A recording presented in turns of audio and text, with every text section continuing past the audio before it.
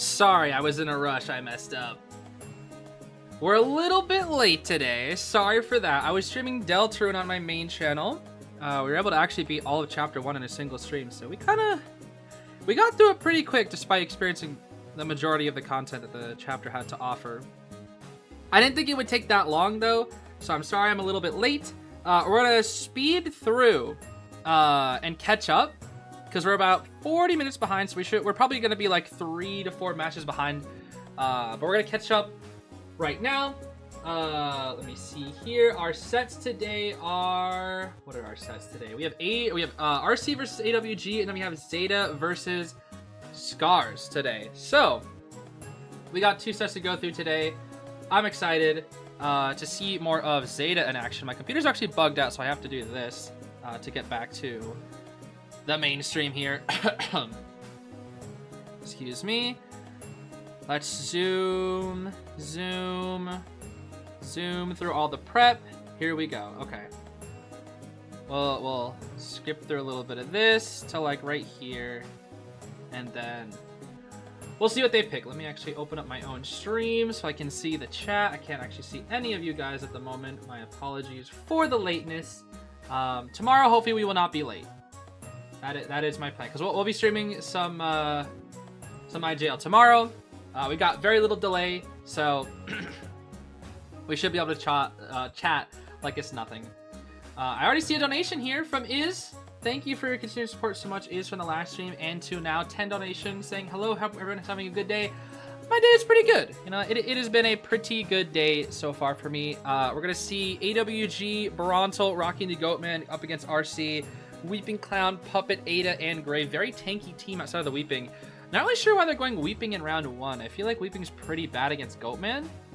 It's out Ever Sleeping 2. I don't really know why they're doing this. But then again, RC is 4-0 versus AWG, who's only lost once. So these two teams are, you know, they're winning a lot. And only one of them has to lose here. So we'll see how it goes. But then again, remember that RC is very unconventional. And we're seeing that here once again. Seeing the spawns. Nobody's spawning mid. Not a single soul spawning mid. That is very interesting. Let's see here. I'm trying to get my other music set up here. Hope everyone is having a good day, like Iz was saying. And I hope we're all ready to have a somewhat chill evening with some IJL. Because I am excited to watch these matches. I'm excited to see ZETA later. I'm excited to see RC now. Maybe we'll get to see Alf come out again. That would be really cool if we could see Alf come out one more time. Because we got to see Alf come out today. Wait, did I actually wait a minute. Did I actually ever make that video public? Hold up. Oh no! I didn't make the video I'm gonna publicize it right now. You're gonna get a notification, I'm sorry. I forgot to make my video public. That should have happened before the Deltarune stream. Oops! 2-hour video just got publicized, my fault. It's fine. It'll be fine, right? It'll be fine. Anyways, we're gonna see a Flywheel Weeping with Borrowed. Let's go up here a little bit. We won't get to catch up with the pop quiz for a minute. We got... Oh, Oompy looks like they loaded in a little bit late. Interesting. Wow, Goatman just like negative rotation, dude, I swear. Already a hit and nobody's on a Cypher. That's Goatman for you. We got everybody with Borrowed Time, Flywheel on the Psych, and the Weeping, Tied on the Grave, and Knee Jerk on the Puppeteer. Okay. Interesting stuff here. Interesting stuff. Let's see here. Turn up the commentators ever so slightly. And then forgive me for this. There we go. My computer's like bugged out and I can't select tabs from my left monitor for some reason. So I have to like reset it, but I didn't have time. Oh my gosh! Someone's just going back and forth and back and forth.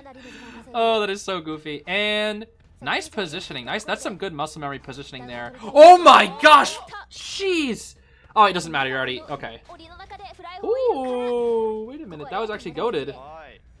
That was goated from the psychologist, despite being against a Goatman.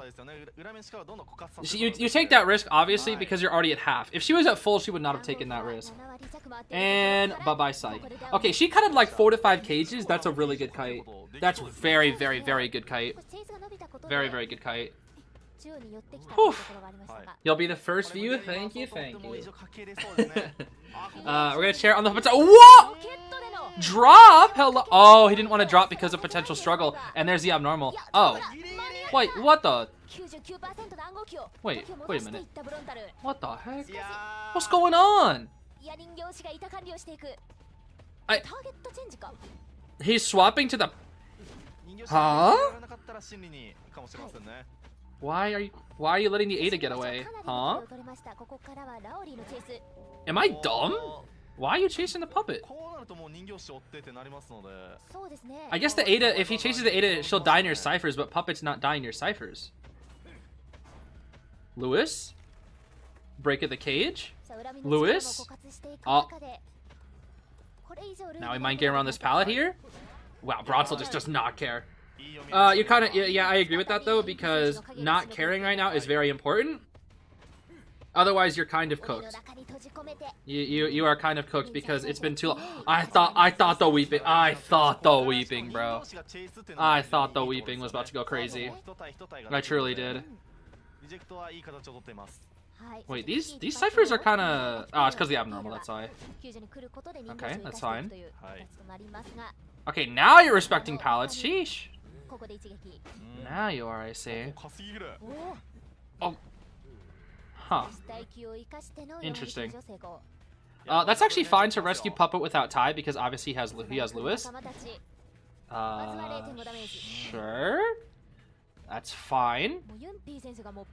Is the Weeping gonna try to stun the Goat Man? Abnormal's back up.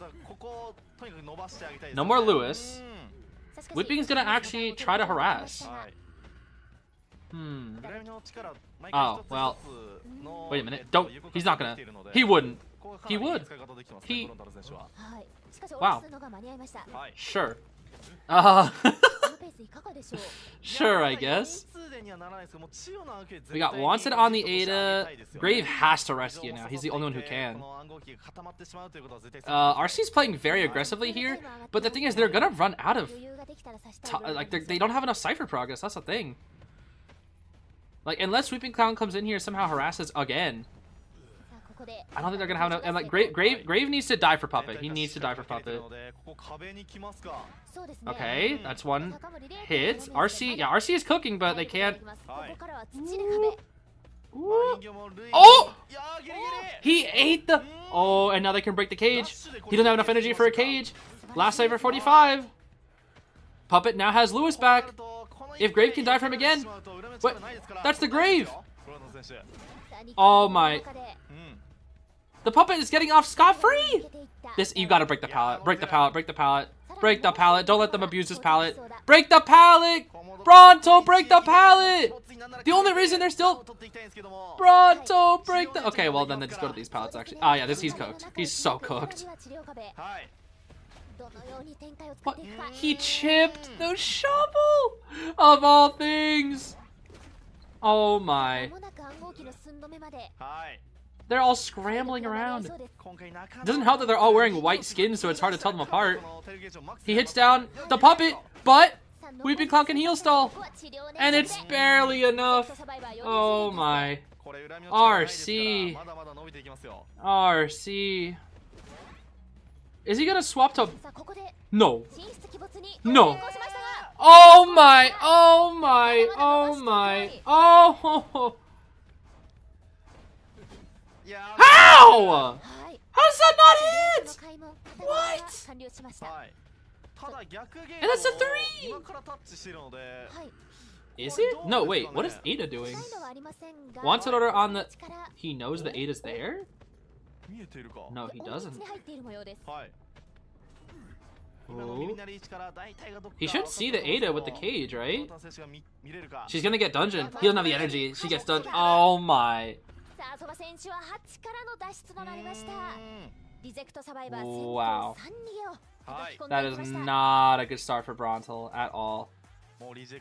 Not a good start. And now the question is, how does Akka answer back? That's the question. How does Akka answer back? 3-1. 3 escape in round 1. What is Aka's answer? Oh my gosh. Getting to speed past some of these wait times is actually going to be nice at the start here. Okay. Let's see here. Puppet, Grave, Novelist, Aeroplanist, and Goatman. Once again, ban out Mechanic, Seer, Anti, and Mage. Yo, Aka, I had the same bans when I played a tournament, except I banned Priestess instead because I was scared of backdoor rescues of Priestess. But we have 3 of the same 4 bans, Aka. You and me, we're the same. Except you're just way better. Am I not tired of the Delta stream? It's funny that people are. I've been seeing some people say like, "Oh, take care of yourself, you'll be fine." Did you not remember that I'm the guy that streamed Koa for like 10 hours, like multiple days in a row? I'm fine, guys. Don't worry. I got crazy stamina. I don't have many talents in this life. I was not blessed with many talents. I learned things very slowly. However, if there's one thing that I got, it is stamina. That is it. If there is a single thing I have in this life, it is stamina. Okay, let's see here. Novelist, Grave, Aeroplanist, Puppet versus Goat. This is a full Goat counter. Aka might bring excitement for the Novelist. There's a good chance. We've seen it before.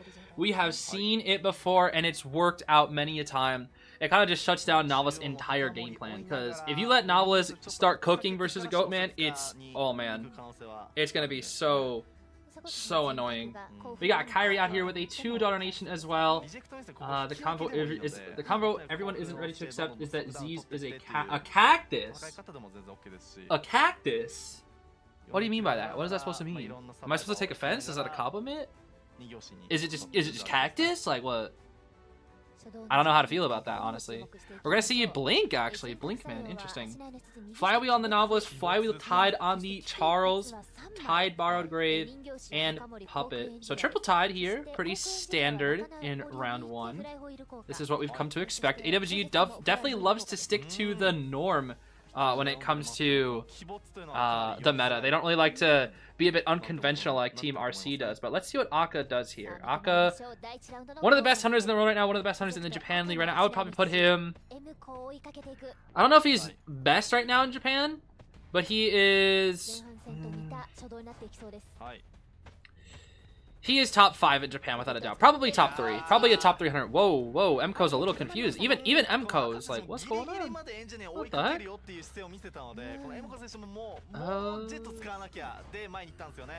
Oh, careful now. The hover? Is that enough distance? Oh!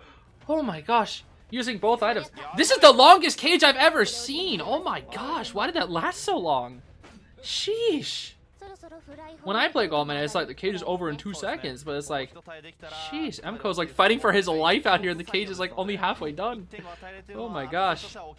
Okay, uses the cage trick, and watch out for the tram. Aka, look out for the tram. Oh, okay. Oh no, it wasn't even here. I could have sworn I heard the bell. I think it was it leaving. That's probably what it was.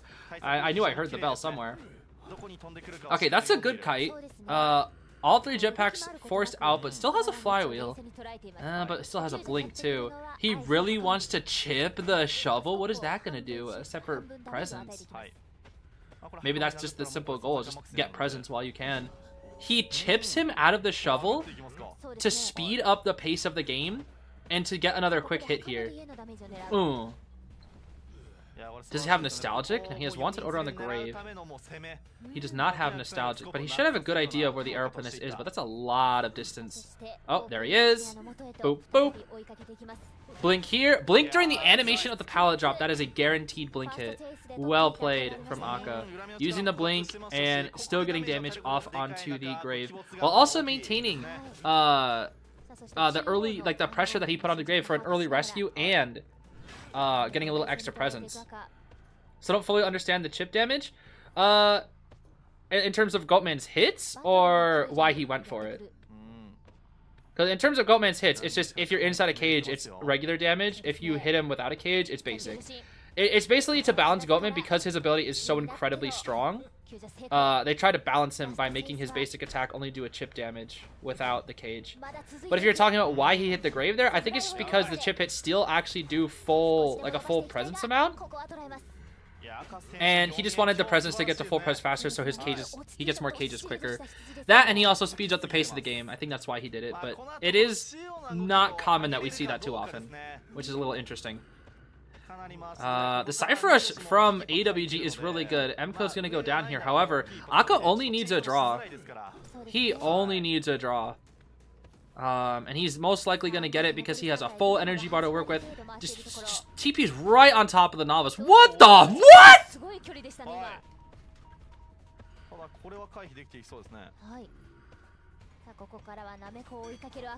What the heck?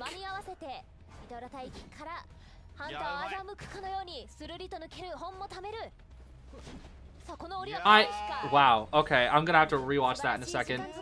This Namako's cooking, bro. Namako is cooking. That, I think I know what happened there, but I'm going to have to rewatch it just to confirm, because that was literally insane.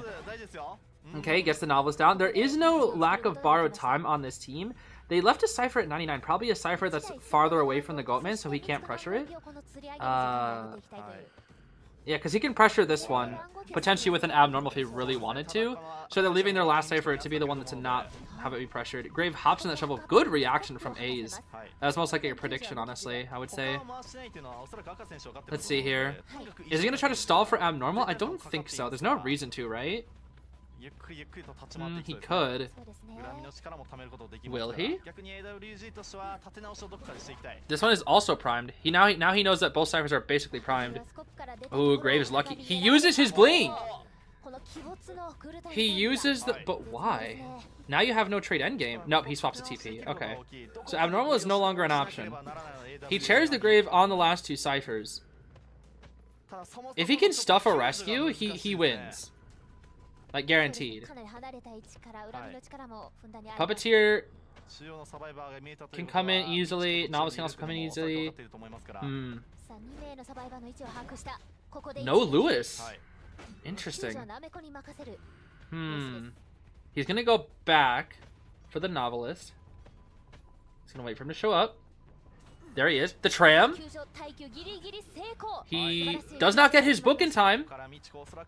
He's eyeing the puppet. He knows the puppet. Oh, doesn't have the energy though. Doesn't have the energy. They're gonna start healing. Oh my gosh, he's just trying to wither them out of stuff. Wither them down. Wait for your energy. Yeah, stream is a little bit behind. I'm catching up because I started my stream a little bit late. This is literally fine. Just constantly stall, constantly stall. He's like, the more energy he's gonna have, the better. The only one who benefits here is the Goatman, and I guess like the survivors because they can heal as well. He's just trying to push Puppet as far away as possible. No, Tonight is here. Now you can go back. Oh my gosh, they heal so slow. Does he have impact? No way, right? There they are.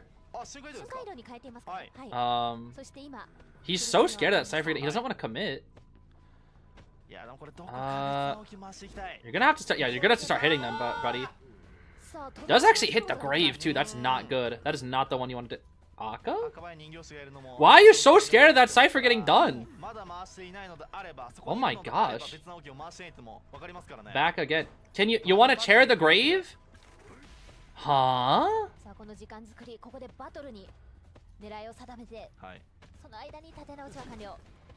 Akka?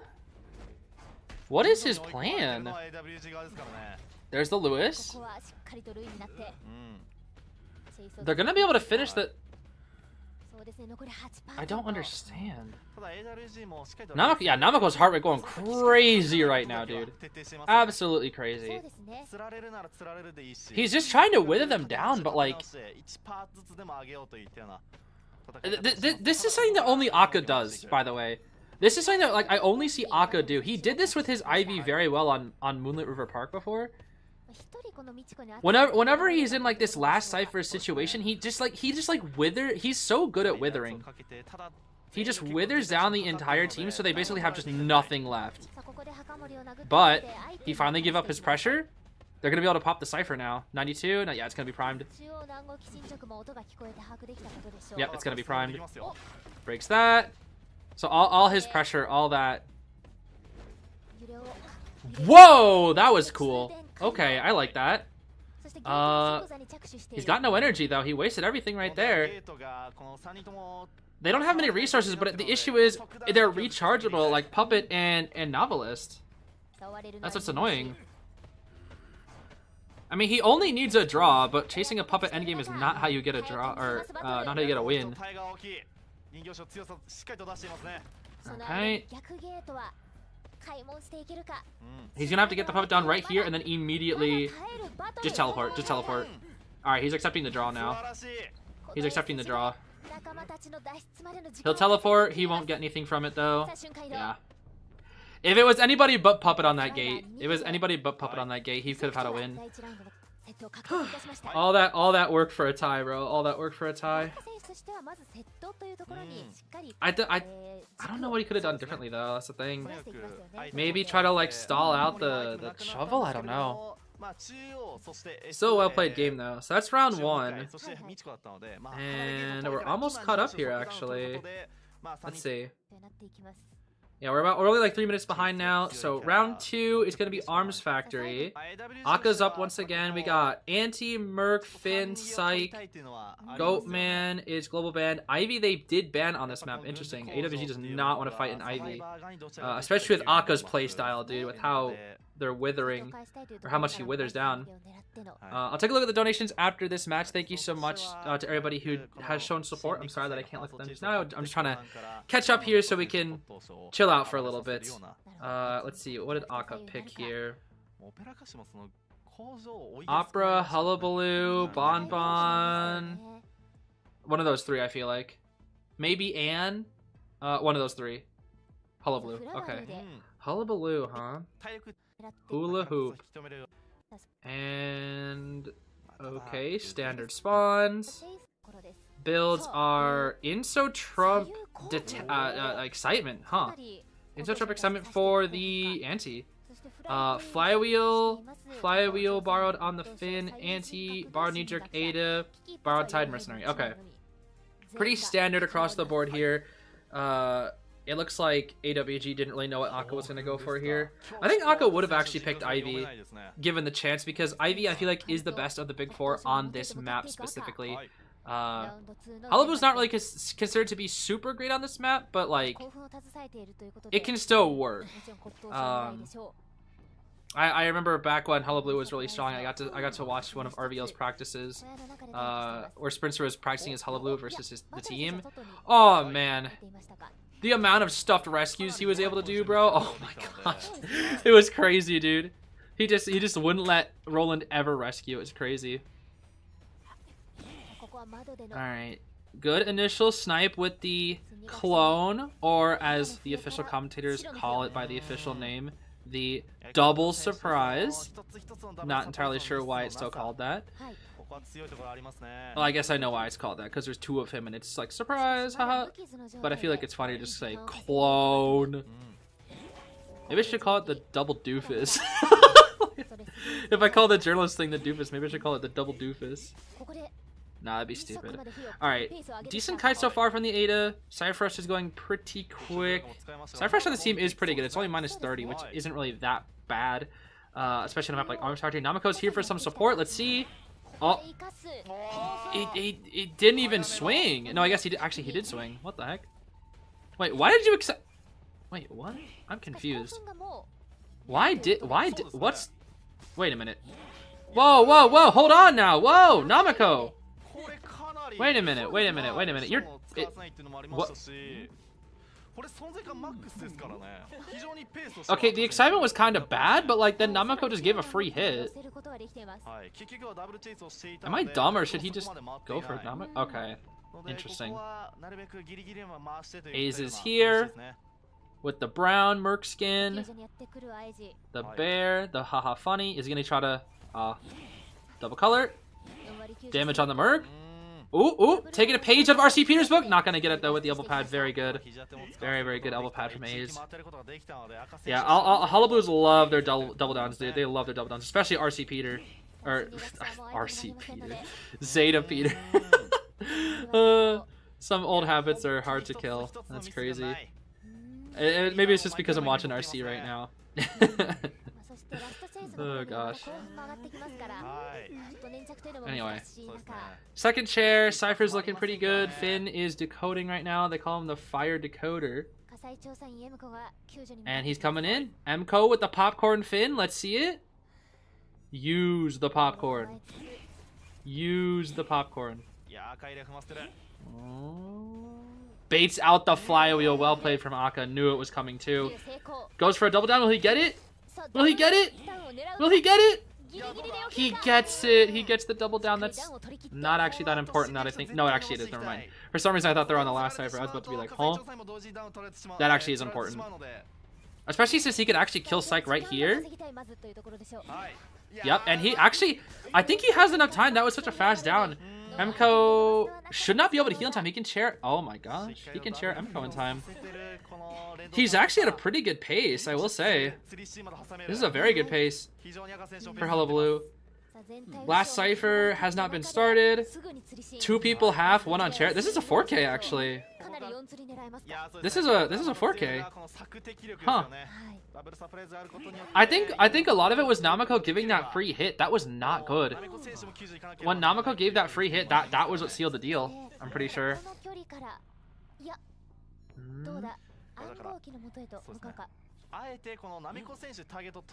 Namako's pretty far now.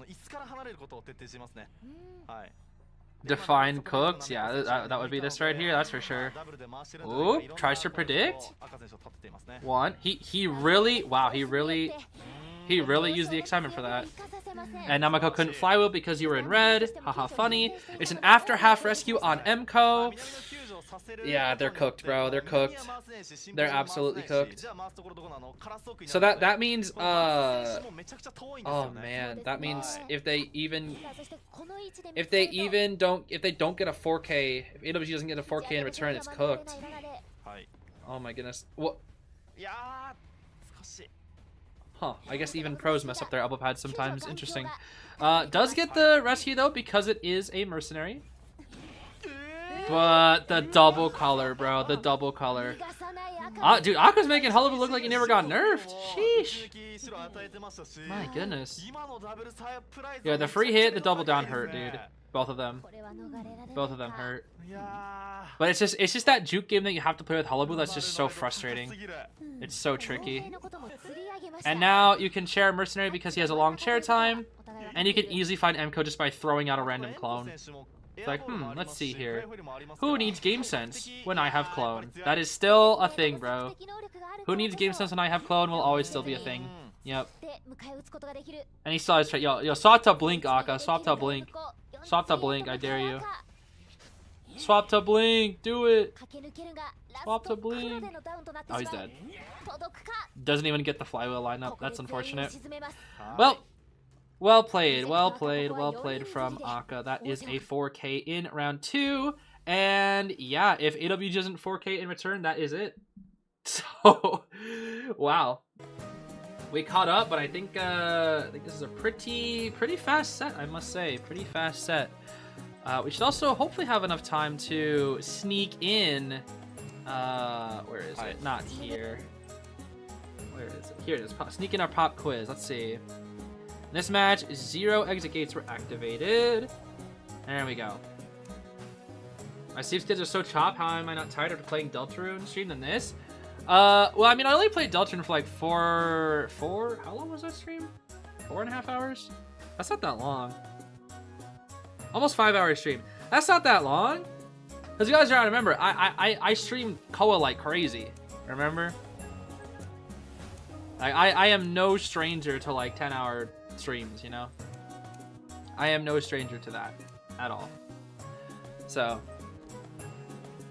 I am chilling. I am chilling when it comes to that. Let's see, did I miss anything? You went to Harvard. That's crazy. Yeah, I've only finished chapter 1. I haven't seen anything past like past 2 and beyond. I literally haven't. Not at all. However, I do want to take a look at all the donations that we got / memberships because we got a few. Bonbonbot, thank you for becoming a member. I think for a while, I want to say, but it's not. Oh, became a member for 11 months. Interesting. For some reason, it says new and then 11 months later. Huh. Lucy, thank you for becoming a member for 6 months. Thank you, thank you. Is for becoming a new member, and then gifting a total of 10 memberships to the chat. Thank you so much for your generous donations, Is. And then we had Kyrie with another $2 donation saying, love you, Zeez, for the streams. They really make my day. Aw.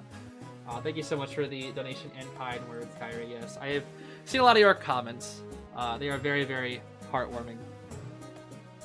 Okay, now we're caught up. Sorry about that. Took some time to catch up there. How do you get into your guild? I kind of just fill the guild with people that apply that are active. And the only time I ever have members, the only time I actually drop members is when they just barely have any activity points or they're just not active for like a long time. Like this is probably somebody I would kick. I'm not gonna do it now because I have to input the password, but like 18 days, it's like, not the best.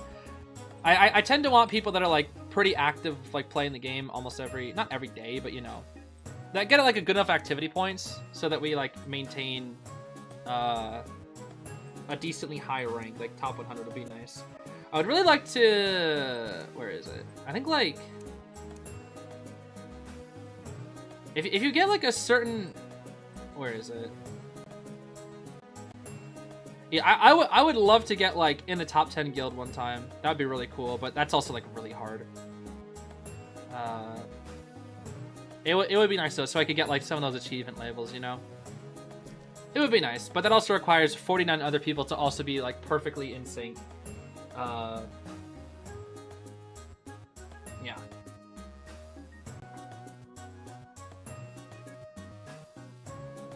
Wait, what? What's going on? Someone please explain why the video has barely 70 likes with 348 people watching? Huh? What do you mean? Oh, you mean this stream? It could just be because it's behind. I think it's a lot of it is just because it's like it freezes. Yeah, no, it has 73. Yeah, that's fine.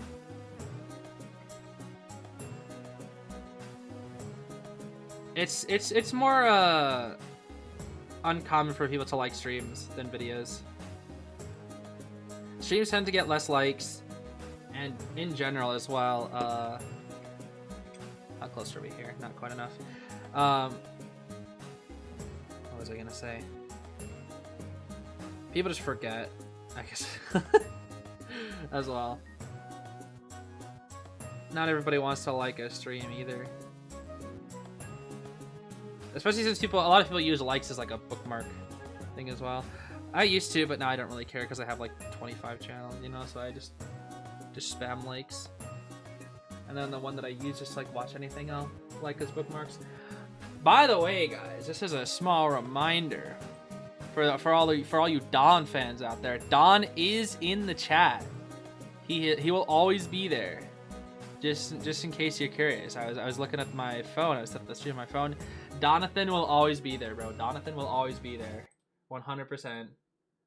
Right, let me not this one actually. Let's go for this one.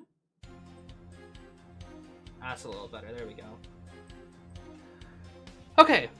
Let's see here. Round 2, second half. Bronzel's up here once again. Needs to get a 4K. Absolutely needs to get a 4K. Otherwise, it is cooked. It is absolutely cooked. Don Quixote Olympus Company? No, Don Quixote Doflamingo from One Piece. Don from Promised Neverland. I don't know what his last name is. Don last name from that thing. Don. There's another Don that I'm trying to think of. Donald Duck. No, okay. We ban out the Ivy again too. Not even RC wants to take the Ivy on Arms Factory. Interesting. I wouldn't want to either. Ivy's annoying on Arms. Annoying indeed, because there's no 2-story areas to make use of. Even if it is, you know, pretty survivor-sided. There are hunters that excel on it more, like Anne, Ivy, Bonathan, Ripper to a certain extent, Dream Witch to a certain extent, Spider to a certain extent. You know who still sucks on Arms Factory though? Nightwatch! Nightwatch still sucks on Arms Factory. He needs confined.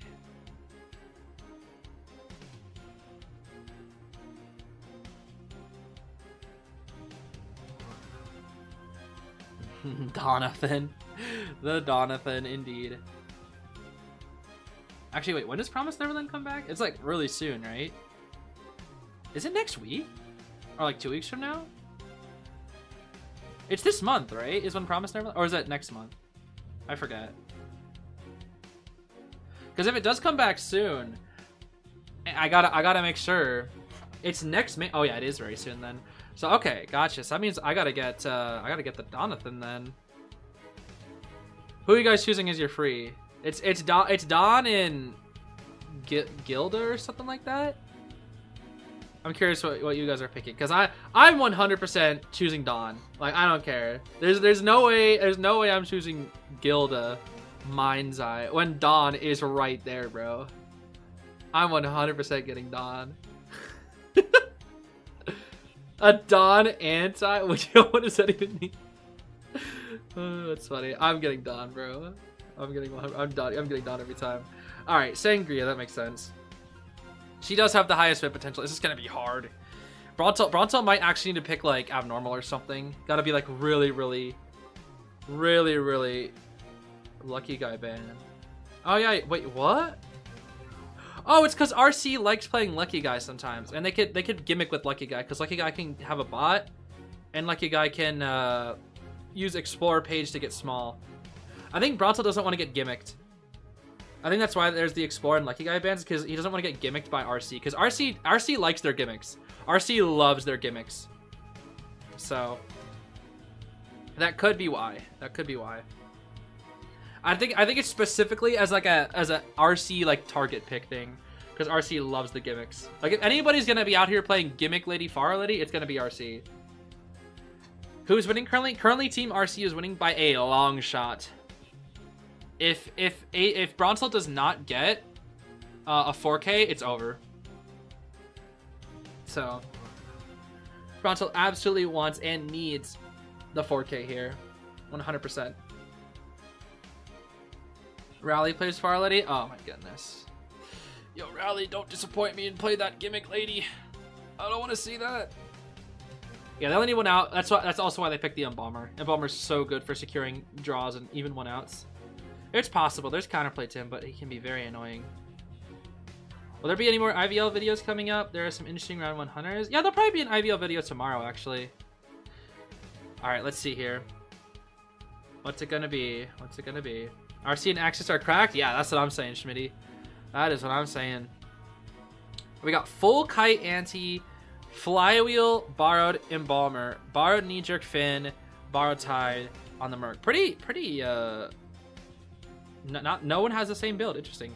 Excitement detention trump card on this opera. Excitement just for that anti. Excitement for a 4K? Wait, what? Oh, I don't know about that. Bringing excitement when you need a 4K is extremely risky, dude. That is, and you're not even gonna chase the person who. Okay. So you're basically gonna be playing without a trait, is what I'm hearing. And you're chasing a Finn first, dude. You're chasing Finn on arms without excitement or without blink. That's gonna be hard. That is gonna be hard. He'll drop the pallet here. He'll probably use a ball up here next. Probably use a ball to go mid. Yep. Boing. Break the ball. Boop. There we go. Both balls broken. Drops a pallet. Okay, this is a very standard route. Thing is, Rally's kite doesn't even need to be that good. It just needs to be fine. And now he takes the pallet vault to go all the way over here into factory. He'll likely take his first hit here. There's the first hit. Drop the pallet. Yep. Get distance. Go to the left. Go to these other pallets out over here. That's fine. He ideally wants to get the pallet speed boost here, but he has to be more patient. Oh. Okay. Oh, he doesn't have the pallet speed boost. That's right. Oh, he's dead. See ya. Okay, I forgot he used his pallet speed boost, not the window one. Okay. That was a good kite though. Even with a couple mistakes, that was a good kite. Pretty good kite. Pretty good kite. Yeah, half of the cipher's done. Excitement is still up. Not that it's really gonna do anything, honestly. What is excitement supposed to do? It's a defensive trait. It's not an offensive trait. It's only offensive if you chase like the person first who you need excitement for. Otherwise, it's purely defensive. Okay, that's fine. Good elbow pad from City. Can't TP back. And as long as they don't double down, they're fine. Okay, there's the hit. That's fine. Looks like Raleigh will die in the corner. City will go back. Oh, gonna try to double down City here. No, not can't afford it. Yep. Now with him using the elbow pad, but does force out the elbow pad, so that is something. Bronzel's not gonna get greedy for full presence, obviously because he can get full pres on the rescuer when they come in. No reason to hit. Has WBG lost? I actually don't know. I haven't seen the record in IVL. It's still pretty early on in IVL because they are only on week 2, I believe, coming up here soon. Nice fly out from Soba. Okay, that's fine. Will he try to die for him is the question. He might try to die for the Finn because he has Coffin. Again, they only need to play for a single person out here. They really only need one. So Rally does not want to die for the Finn. Okay, interesting. I mean, this isn't the worst pace of all time for Bronzel. I mean, they're a little bit behind on ciphers, not by a lot, but just a little bit here. 2 people are injured. Trait is still up. And we're gonna go for the mercenary, but now we can start hiding. Again, needing a 4K is hard, dude, especially Arms Factory Opera. We're going for Anti. Okay, I mean, with the excitement, maybe Bronzel can do something here. There is definitely something that he can do here. But it's a full kite Anti, and that's gonna be tough. Okay, that's fine. Yeah, not much you could do there. That's the thing is Antiquarian sometimes with her positioning it can be really hard to excitement because like if you excitement something halfway through, it's not really gonna do much if like half the attack is already registered, you know. Not unless you're something really faster that has like almost like a burst of speed. Opera has those bursts, but she needs positioning with the burst, unlike something like a clown or something. Or he doesn't need any positioning at all. He just goes. Okay, that's fine. That's fine. That's actually a really good trade, but the ciphers. Yeah, it's too much. It's too much. They're just gonna pop. Ooh. 1, 2. Flywheel? Flute? Oh!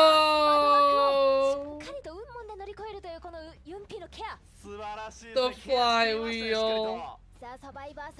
The patience? Okay, interesting. That hurts, bro. That hurts. And yeah, RC. And the thing is, it's a merc on gate. It's a merc on gate. So even if you hit him, he can just. Oh my gosh, it's cooked. Yeah. Yeah, it's over. GG's. That's it. It's a draw. Umpi's kite was too long, dude. It was too long. Bronzel did his best, but Arms Factory Opera can only do so much. You just need a really quick down. It's just too difficult. Yeah, RC too good right now, bro. RC too good. And they win. That's the first set. That was quick, dude. I mean, I only started the stream just a little while longer, a little while ago, but dang. RC finishing it in 2 rounds, dude. That was very quick. Very quick indeed. Look at the movement. Oh my gosh. The little skip in the step. Oh my. Hold on now. The little skip in the step from Aka. That is funny.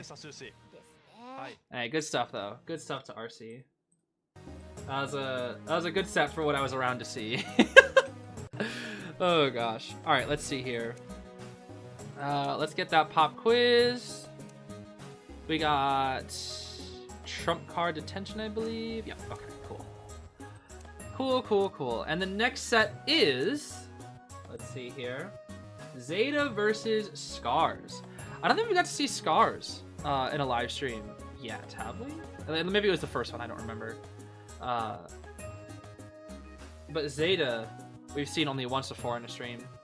Their first time losing. So we'll see how that matchup goes. I don't know. I'm excited for that one. I am indeed excited for ZETA. What are the other 2 matches today? Let me see here real quick. The other two matchups are FL versus QTD and then Axis versus DFM. So we'll watch maybe some of those in video form. I don't know. But we will see.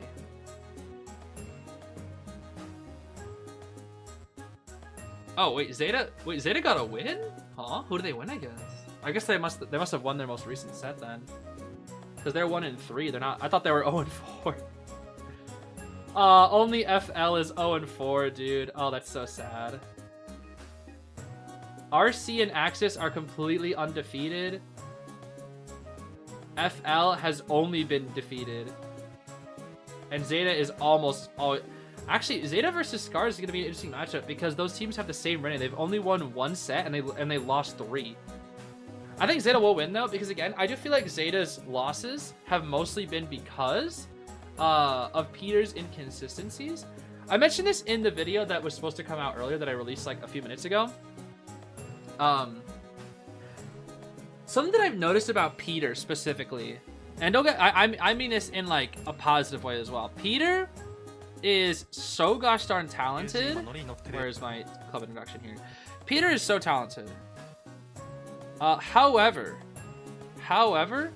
when things don't go Peter's way, he crumbles. He falls apart.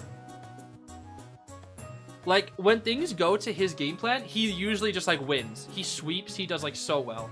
But the second something doesn't go to plan, it's almost like he starts panicking. And he has, like, extremely insane fundamentals and mechanics. But, like, the second something happens that he wasn't planning on, or, like, if he tries to go for a double down, overextends, doesn't get it, and then, like, gets the double down, or, like, the other person gets away, he just loses. Because he loves trying to go for double downs as well. Like, anytime he has a chance for a double down, he'll try to go for it. And I think what Peter... I could say because he's still very young, but I think it's just experience. Again, I personally think Peter, after, like, another year or two, he'll probably be the best star in the world. Because, like, he's so young. He's, like, 17, I think. And mechanically, he's, like, just insane. He's so talented. And he typically makes, like, really, really good decisions. It's just that, like, when he's under pressure and when things don't go to his, like, game plan, he falls apart. Which is why I was, like, not putting my bets on Zeta for winning KOA 8. But what was cool was everything went to Peter's game plan when he played in KOA 8 finals. He didn't mess up. Like, everything just went his way. When he played his Hala and his Ivy, I want to say, in KOA 8 finals? I forget. Who do you think will win entirely? For this IJL, it's Axis or RC right now. They're so strong right now. Zeta could still win, but I think what's good about them putting Peter out and, like, giving him all this experience is because he's getting so experienced right now. He is getting so much experience from, like, all these battles, and I think, like, allowing him to experiment and fail is really important so that he can start dominating again in the future. They have IVL teams here too as well. Interesting.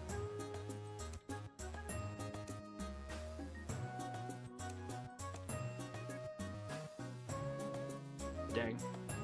RIP DX. Jin seems to be doing pretty well. Oh my gosh, Bailu. Sheesh.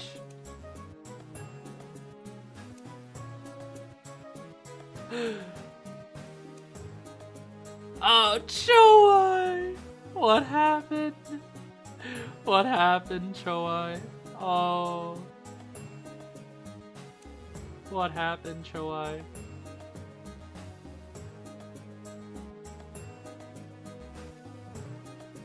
Oh.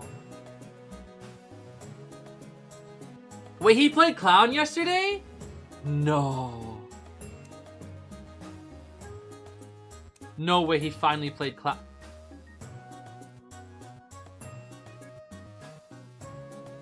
He played Clown? He finally played his clown in round 1? No way. After all this time, his coach finally let him play clown and he didn't 4K? Oh, Choi. Choi. Oh my. After all this time, he finally played his clown. Yeah, I want to watch IVL. I want to see these clowns, bro. Where are these clowns at? What the heck? Bailu's like on a rampage. Look at this. 45 seconds average time to knockdown. Bailu is on a freaking rampage right now.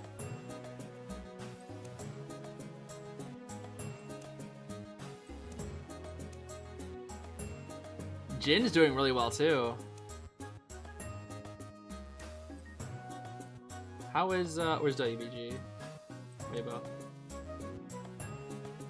Nia, I think Nia's okay. Nia's like pretty balanced. 2.5, that's fine. That's pretty balanced for Nia.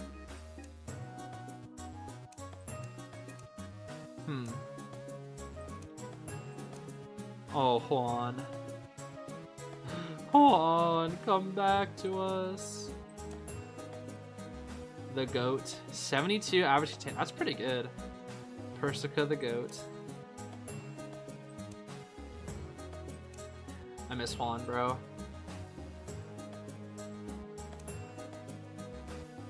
Suda. Is Suda new?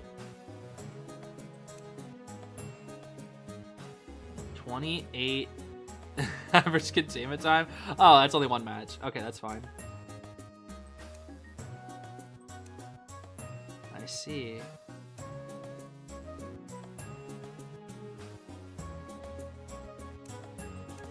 XC's their backup hunter now. Wow. XC's always got a smile on his face, even though he feels so bad about what happened with his team.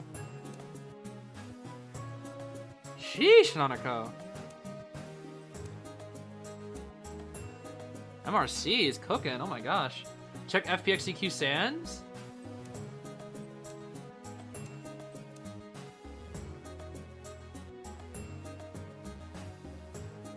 Did he play batter? I wonder. Professor, huh?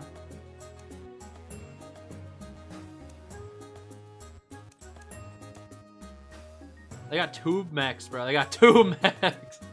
Where is RPL? This is IJL and IVL teams. Rivals won't be on this.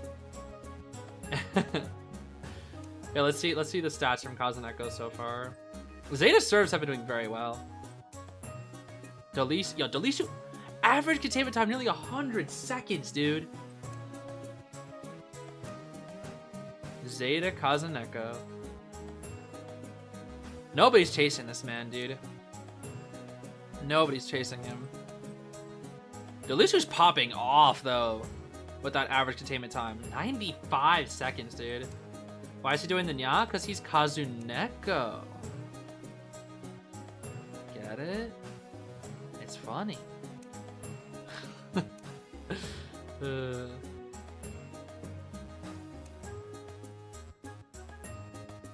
Actually, I'm curious. What about the...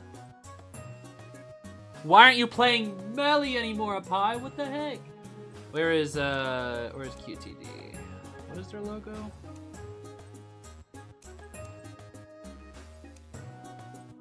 This thing.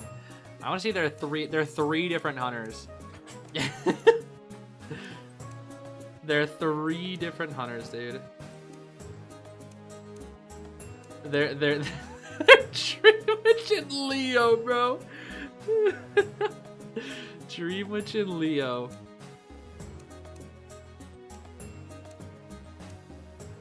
QTD is pretty balanced, honestly. Melee. The only one who has Melee selected. My goodness. Cowboy? Cowboy? I haven't seen a cowboy in competitive in like forever. What? So play it. Why is Hasha so short? What the heck? Oh no, I think it's just the positioning, maybe. You're telling me that Avog could have been playing Cowboy this whole time? And hasn't played him?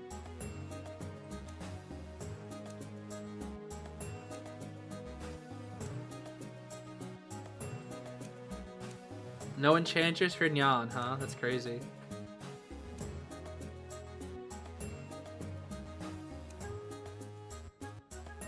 Oh yeah, we haven't seen Kakaka in a while. It's all Kakiri. Oh my gosh, Kakiri. Sheesh.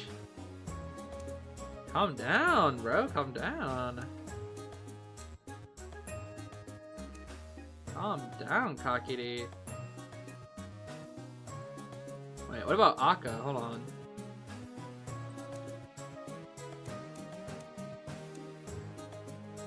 Far lady.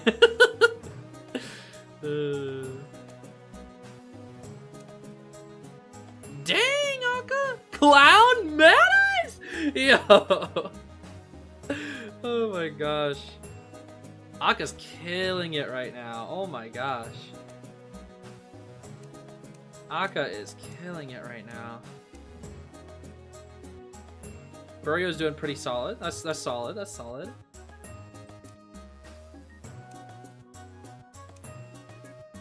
Oh, poor Hasha. Poor Hasha. Oh.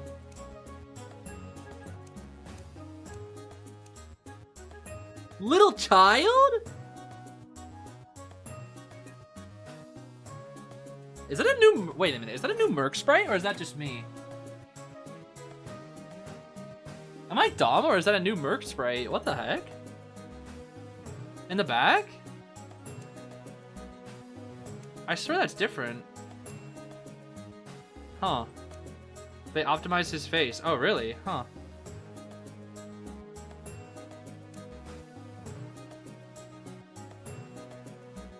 Okay, that's not bad.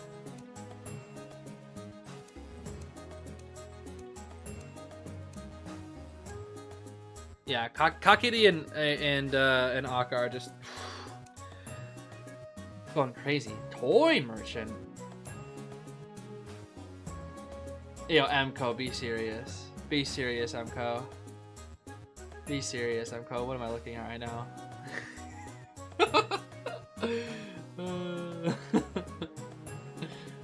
Mind's eye, far lady. Oh my gosh. It's just my goat, bro. It's just my goat. Pretty balanced stats across the board. That's solid. 60 containment time. That's pretty solid. Oh, that is funny.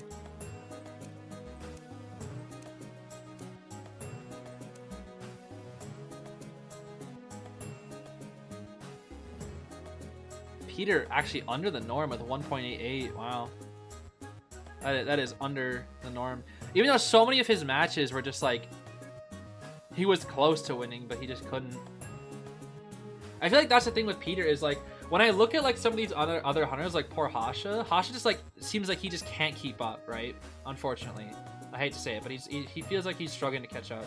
Still very talented, but it just feels like he's getting outpaced by a lot of people, right? Whereas Peter feels like he has all the puzzle pieces. It's just like not all together, right? That's the thing I would describe Peter as. Like he has all the puzzle pieces for the full complete puzzle. He just has to like assemble it and then he'll like start cooking like crazy. Whereas Hasha is just more like lost half of his pieces and like only has half the puzzle intact or something. I don't know. Just something interesting to notice. Okay, somebody said predictions are up. Let's see here.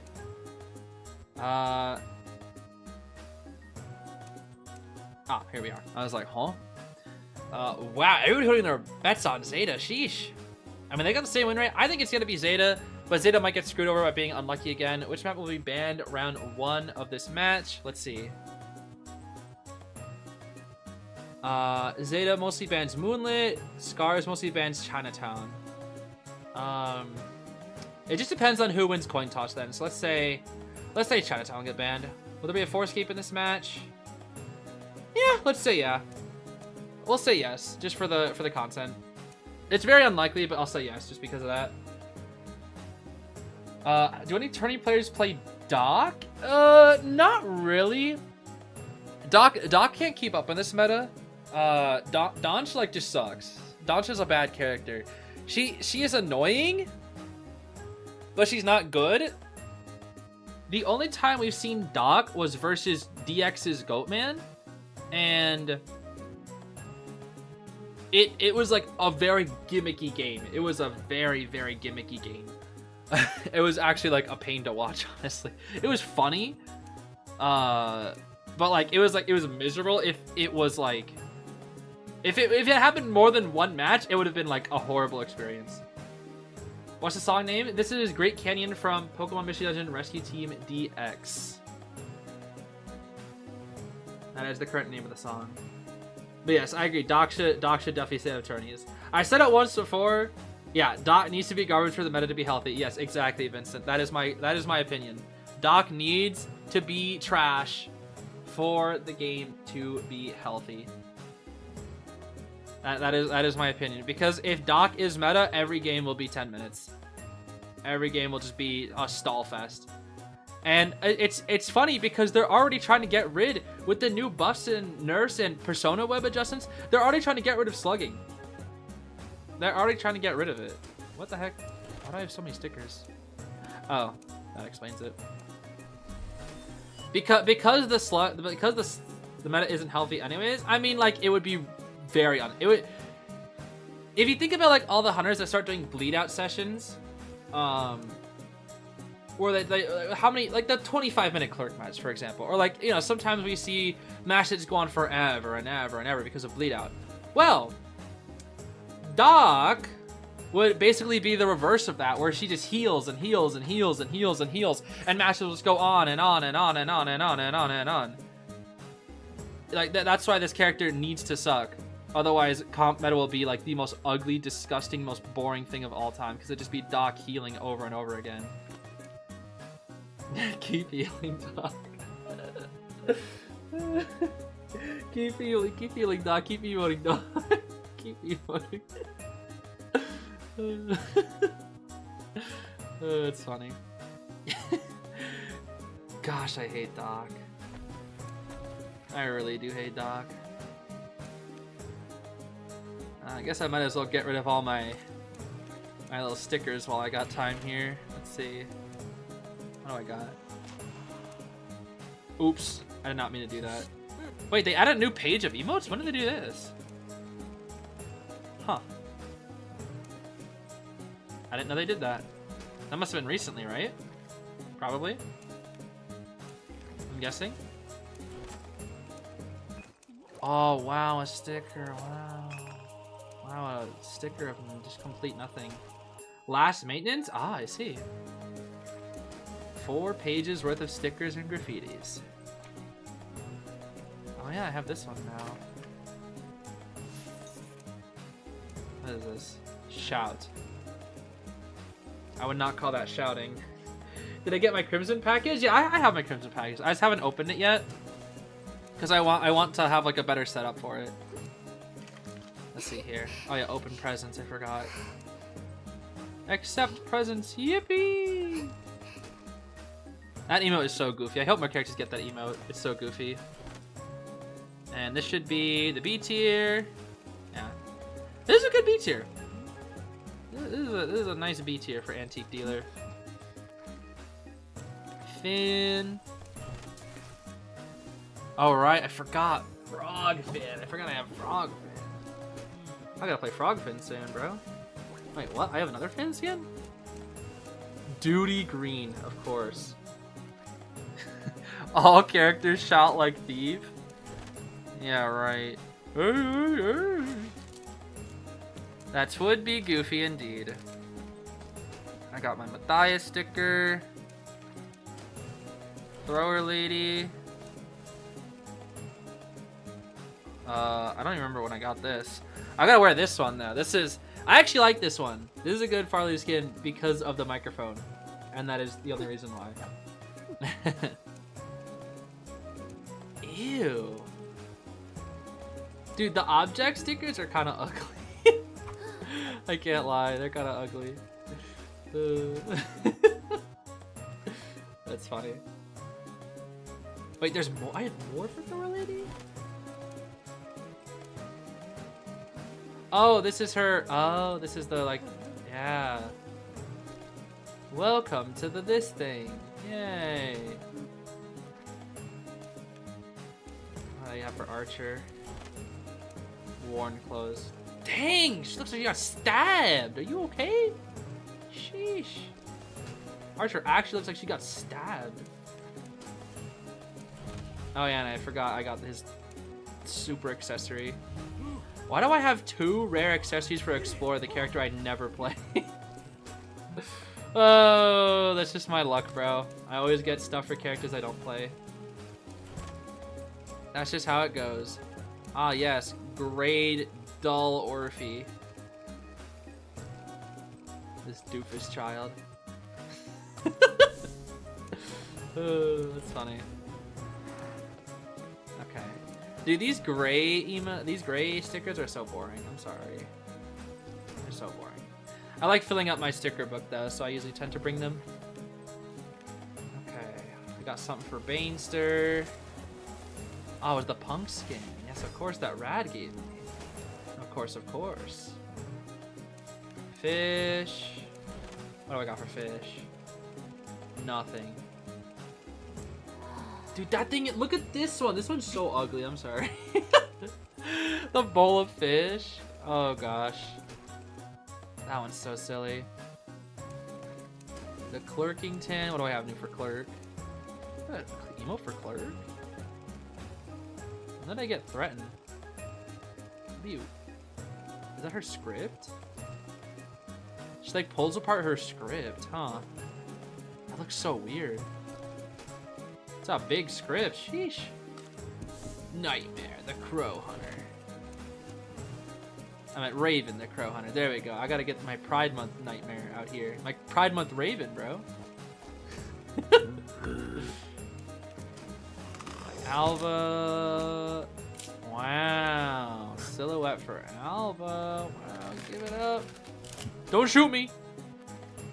Gotta get out of there before he shoots me, bro. Yeah, I gotta respect the pronouns, indeed. This skin is so ugly, I'm sorry. This skin is so ugly. Oh, gosh. His B tier shop is pretty good, honestly. This one's so ugly, I'm sorry. That one's so ugly. And I guess this is another C tier. And Witch. Oh, right, I got her, I forgot, I got her thing. That's right. Huh.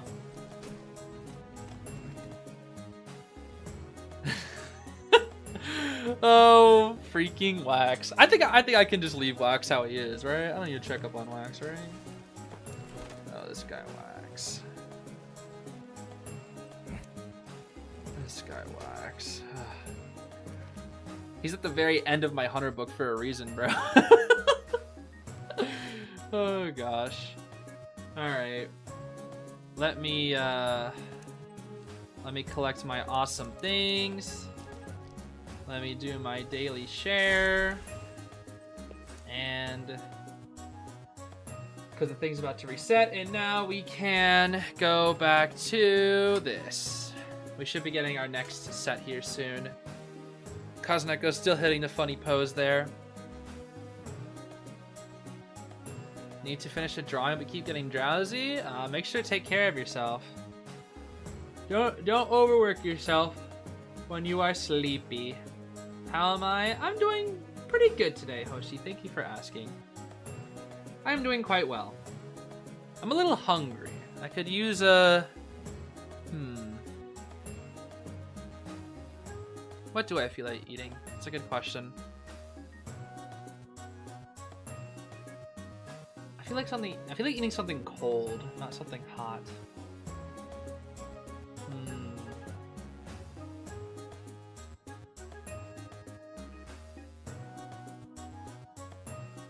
I don't know. Maybe not really tea. I've got my water, yes. Thank you for asking, Lonnie. I'm all good, I'm all good. I feel like eating something cold. I don't know. I don't really feel like eating something warm. But I don't want like a treat either.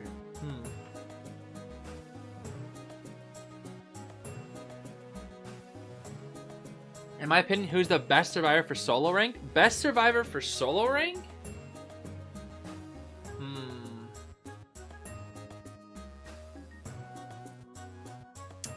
Best survivor for solo rank.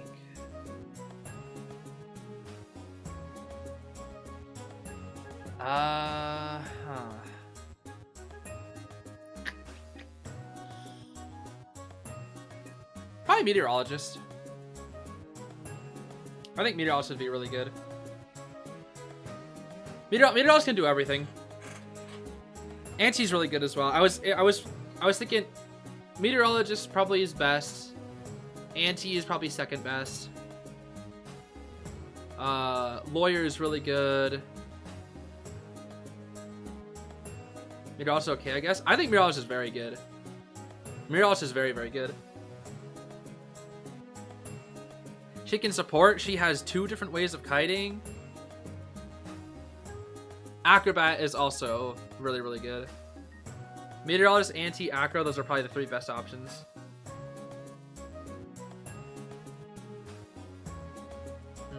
She's okay. People on her way too much. The thing is, like, I was not a meteorologist believer until I saw people on Asia server play her, and literally, like like meteorologist looks broken when people on Asia server play her, dude. I'm telling you, Meteor looks just absolutely cracked.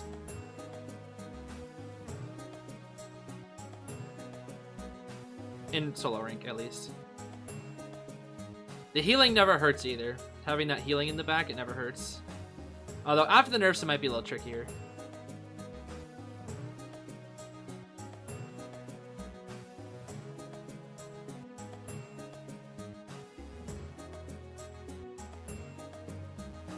Why isn't Joseph viable in pro matches? Like, bruh. Joseph kind of gets shut down by communication because his entire playstyle is a gimmick. He only works against people that have like a severe lack of communication.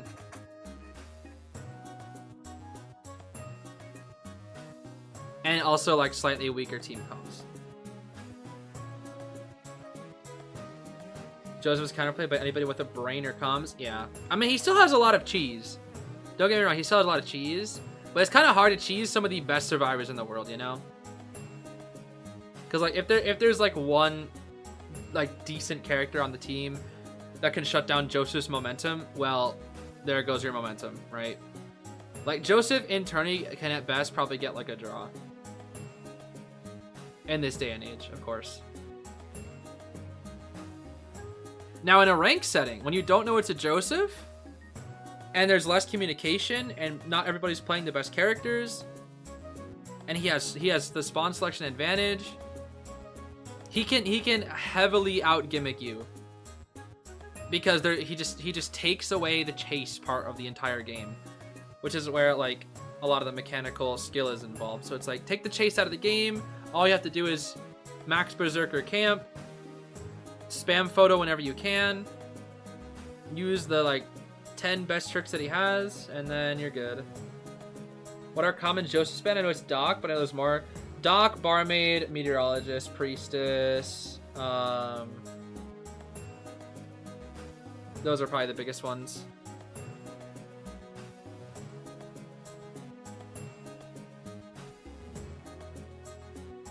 Yeah, he's kind of a dice roll character. He really is.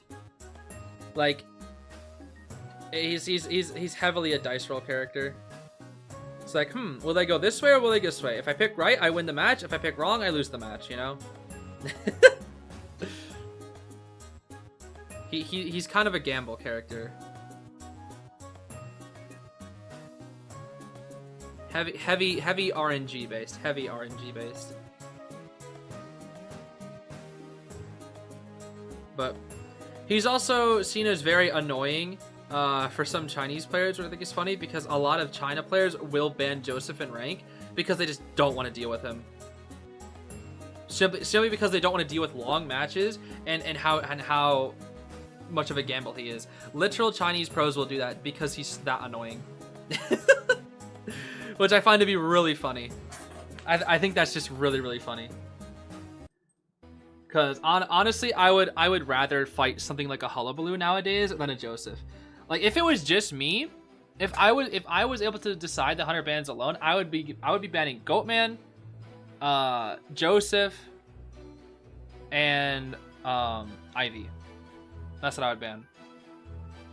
Because I don't want to spend 5 hours in an Ivy match either. And if I didn't have to deal with a Goatman, like I'm okay with dealing with Goatmans, but some Goatmans out there are really good and they're really, really scary. I would probably do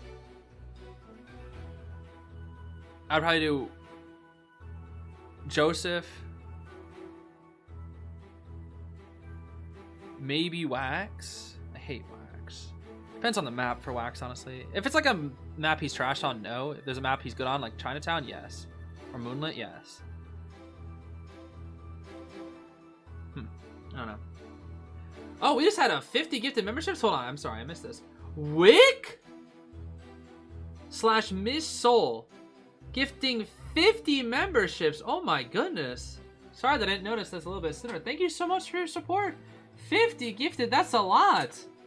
Thank you so much. Huge donation. Huge donation. Thank you, thank you. Oh my goodness. The wick the wick part is funny. Thank you though, Wick or Miss Soul, or however you want to be, whatever you want to be called there. I do indeed appreciate it. That's so kind of you. So very kind.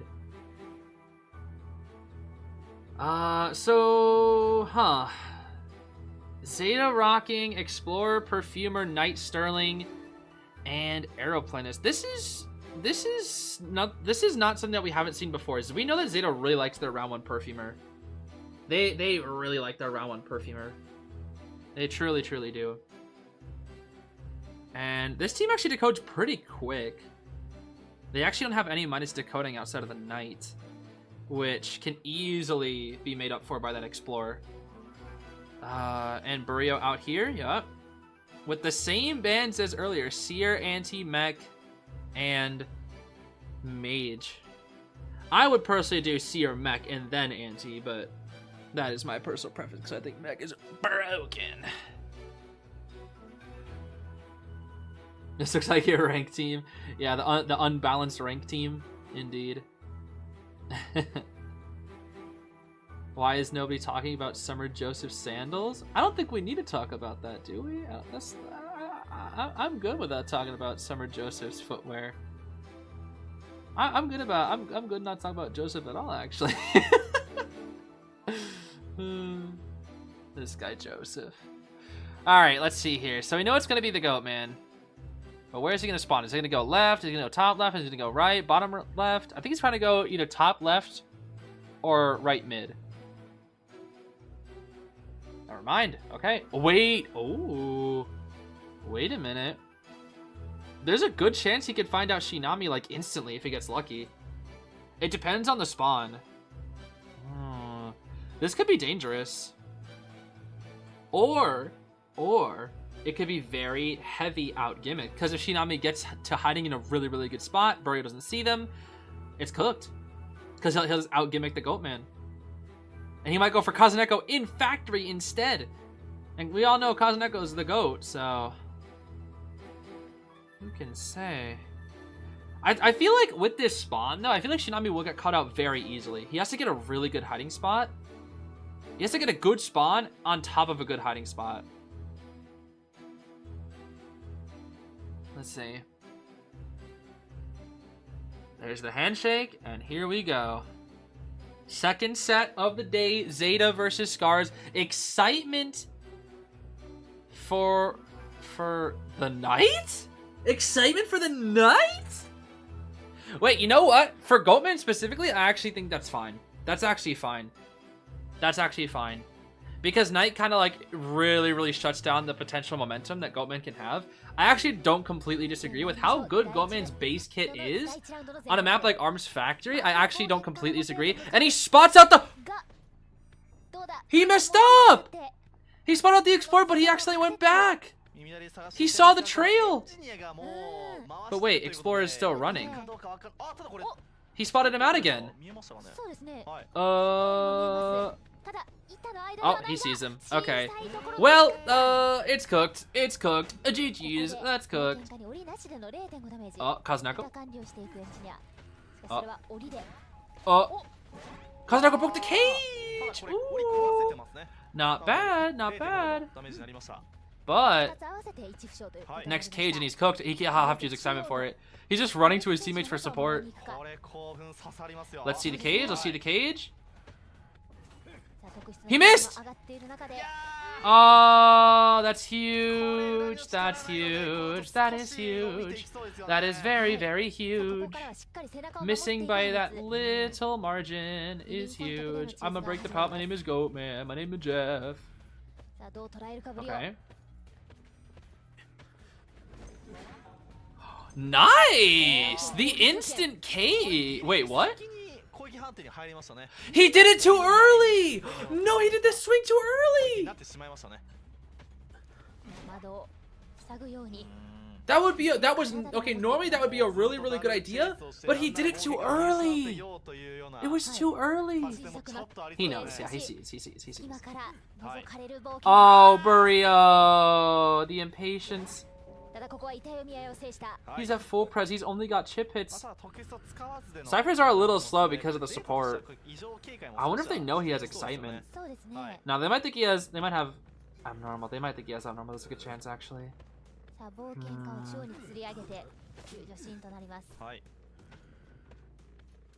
Here's Kazuneko. Cook, Kazuneko, cook. Farm up points. So that you can be seen as the craziest kiter in the world. Keep cooking, Kazuneko. Keep cooking. Oh, Kazuneko. Oh. Don't mess up the rescue now. Jetpack trick, do it. Oh, no, that's fine. Okay. I was wondering if he would do the aeroplanist trick. Oh, he couldn't afford to. He didn't have a jetpack. And I'm pretty sure you need a jetpack to perform it correctly. I think you need you use jetpack and hover and then cancel it and then get the rescue for free. The timing is super tight, but I'm pretty sure you need to waste hover and a jetpack to get the free rescue. The guaranteed no TS rescue, that is.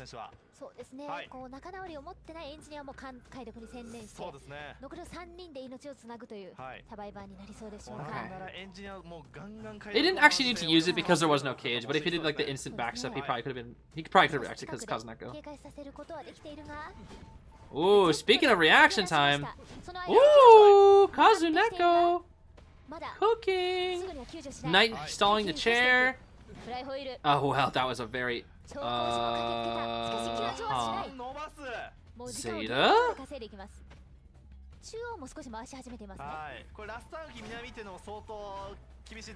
What is going on? He still has excitement. They don't know. They don't know what the trade is. He's got the energy to... He's got the...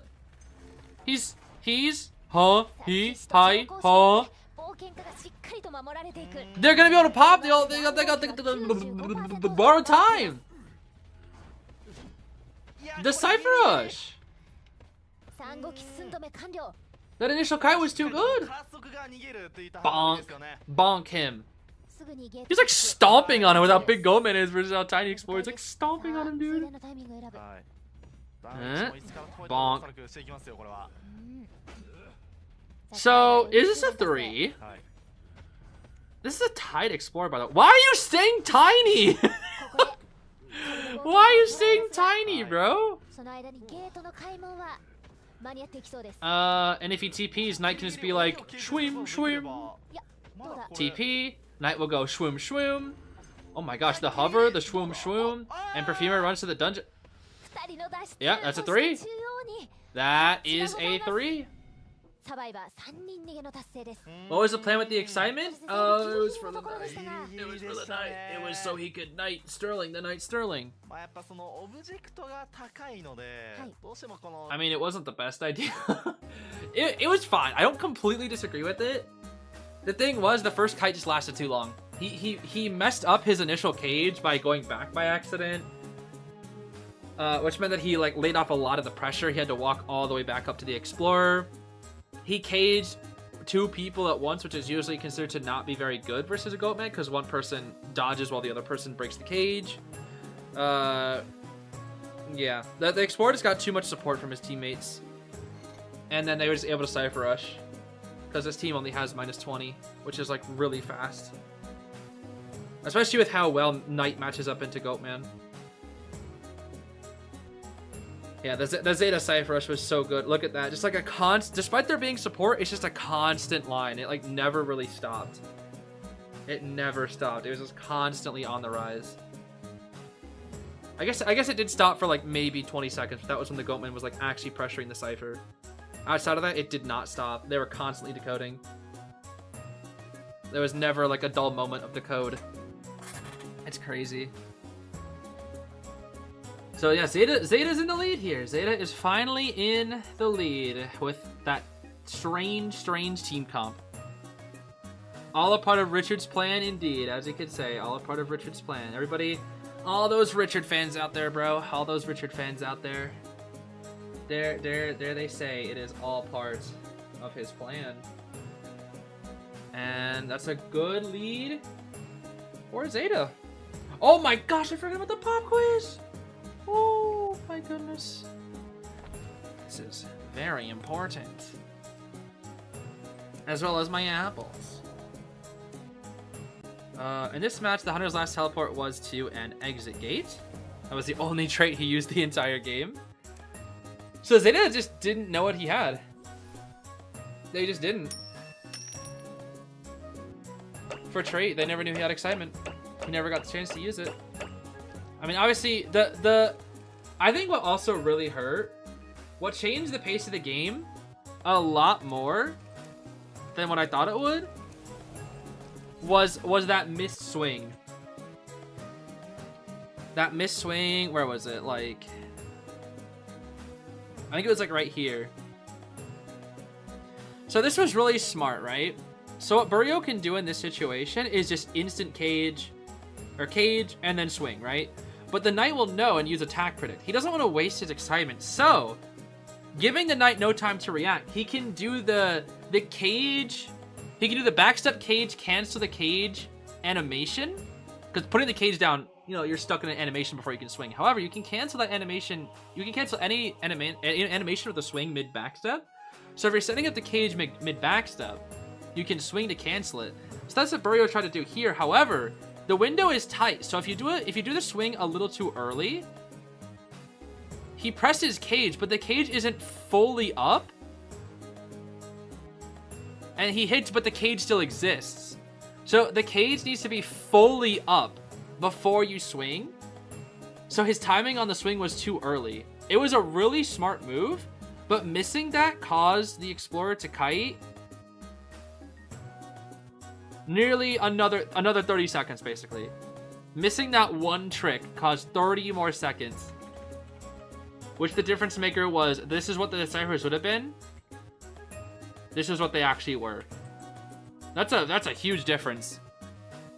That's 2 ciphers complete, and they already started the 4th one. All because he was slightly early on that trick. Ever so slightly early on that trick. That is quite the shame, dude. That is quite the shame indeed, I must say. Why am I not resting? I thought you were taking a break. I'm watching IJL. What you mean?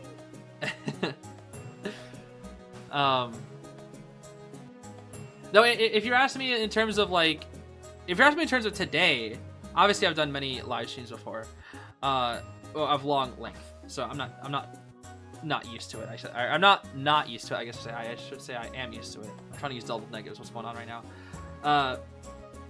But if you're asking me just like in terms of in general, I have been taking things a little bit slowly. I actually got like a full 8 hours of sleep tonight, which was really good, which is not something that I usually get.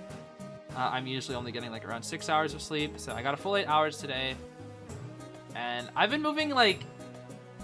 I haven't been working like as much. Normally I work like really long hours, like 14-hour days. I've only been doing like 8 to 10 hours each day. I've been moving a little slower to just give myself time, you know? Just to give myself a little extra time. Just to, you know, deal with things, heal, to take a bit of a break from my own mentality, I guess I should say. So I don't work as much as I used to each day. That's why video output has been pretty slow. We'll pick up the pace a little bit, but probably after like another week or so. I'm giving myself like another week of just slower paced stuff. We also just had a massive donation, $50 donation here from Lally, or Laylee, I still can't pronounce her name right, like a doofus, with a, what the heck is that? Is that a hippo turning into a robot? I don't even know what that is. That's kind of crazy, actually. Thank you so much for the huge donation, though. $50. Thank you so much for that. That is huge. That is absolutely huge. Thank you so much. Huge thank yous to you, Lally. I truly appreciate that. Peter's hair clip. Peter's hair clip? Aw.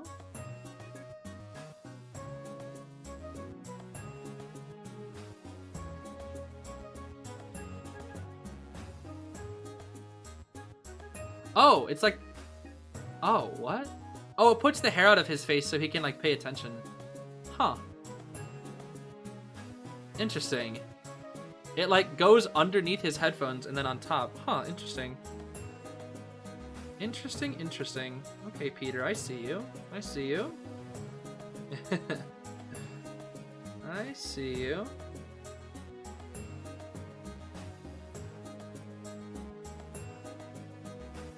Aw, thank you, Cupid. Don't worry, I'm okay. I'm okay. I am all good. I did miss a couple things. MEK, I'm sorry for missing it. Thank you for gifting 5 memberships. For some reason, it didn't show up to me earlier. And then Covenos, thank you for becoming a member for 1 month. Thank you.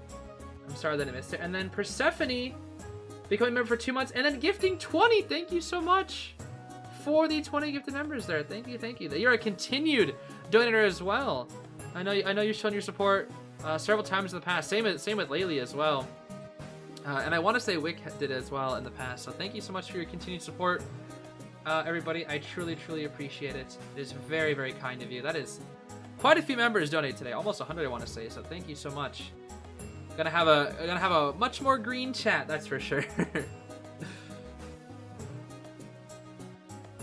And I just realized that we're on Arms Factory for round 1. That is interesting. That's not very often. Just started watching who's winning. Currently, we are watching ZETA versus Scars. Their record is both 1-3, so they both have won 1 set and lost 3. Currently, ZETA is in the lead, though, because they got a 3 escape in round 1. So Peter just needs to get a draw minimum, and they win round 1. That's all he needs. He doesn't need to overthink things. I think this is where Peter tends to like start messing up, because I know what Peter wants right now, I'm pretty sure what's going in through Peter's head is he doesn't want to be like, let me be content with a draw. He wants to get a 3K or a 4K. I guarantee it, bro. He wants a 3K or a 4K. However, he should also realize that if he's not in a position to get a 3 or 4K early on, he should just take the draw. I don't think that's Peter's mindset, though. I think Peter's always wanting to be an overachiever, which is fine. But that also leads to him sometimes losing.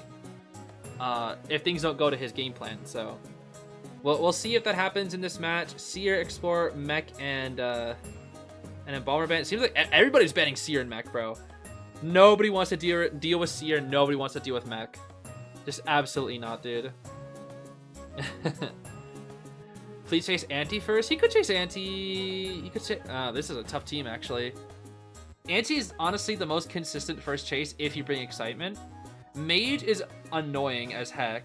He's very good, especially on this map. Aeroplanist is fine, but not the best. It really depends on positioning and reaction time from the arrow. And then obviously Gravekeeper, if you chase him, you just get a draw, so. Well, maybe not even. You can't even get a draw because they'll probably bring Triple Tide. ZETA doesn't really bring Triple Tide, but Scar strikes me as a type of team to bring Triple Tide. They'll probably bring Tide on everybody but the Ante. It'll be Tide, Borrowed Grave, Flywheel Tide on the Aeroplanist, Mage maybe with Borrowed Time Tide, and then Ante with Flywheel Borrowed, maybe. That's my guess on the builds. And Peter will be going the GOAT Man, as expected. I forgot to listen to the music. But this is to be expected.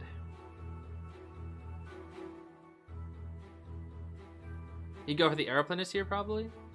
Yeah, I mean, Aeroplanist, the thing is, like, at high-level Aeroplanist, dude, they're just insane. They're just insane, dude. And any EU Aeroplanists are, like, they're not even close, dude. They don't come close to the glory and insanity that is the top-level Aeroplanists. The top-level Aeroplanists, bro, oh my goodness, they look just insane. Was Ganji played? Today, no. No Ganji was played. There was a Ganji played in the video that I released today. It was by Kazuneko, actually went batter. Into a Hermit, I want to say. That was a fun match. But that was also from a while ago.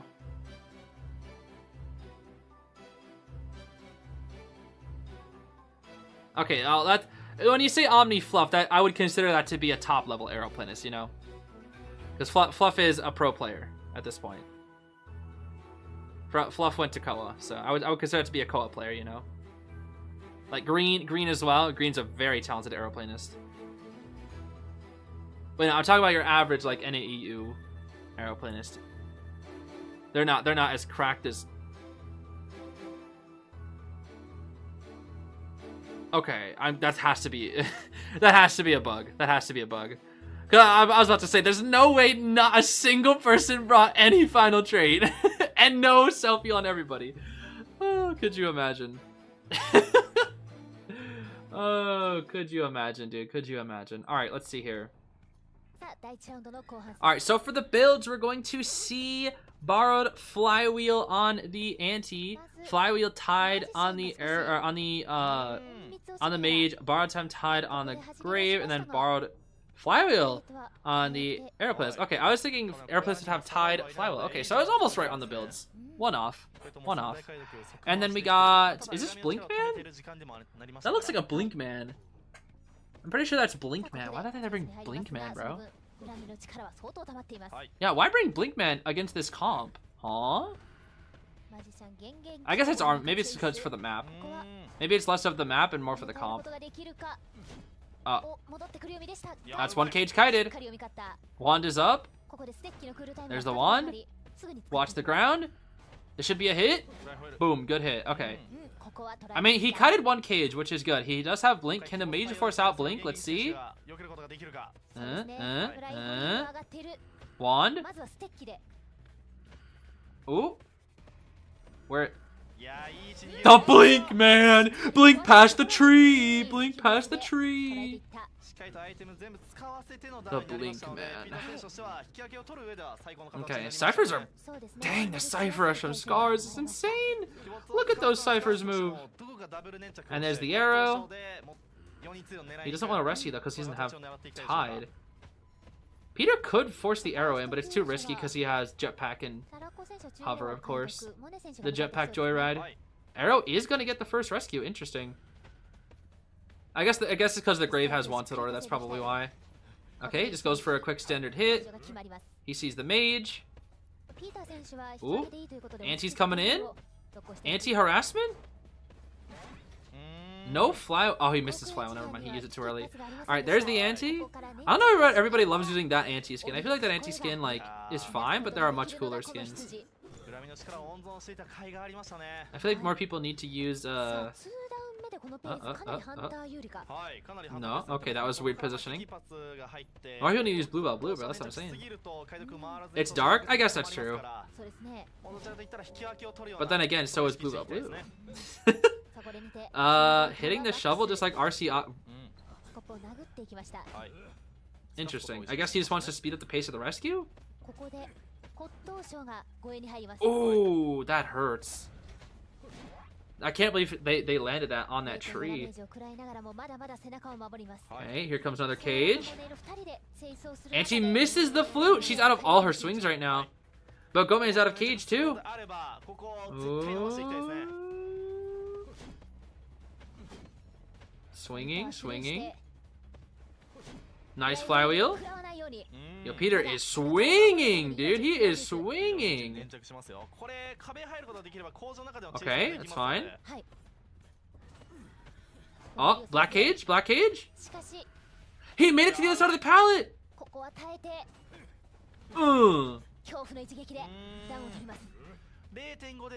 He can't protect himself from Auntie.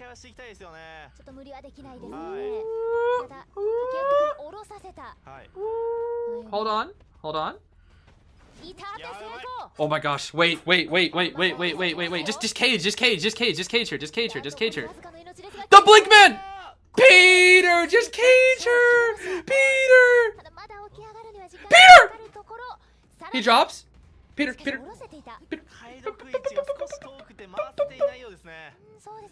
Okay, he gets a draw. Oh my goodness, Peter. Why would you ever blink that? Just cage her and go on with your day. And he doesn't make that. He's gonna have no energy for. He's gonna have no trait, no energy for endgame. Just wait. Just sit there and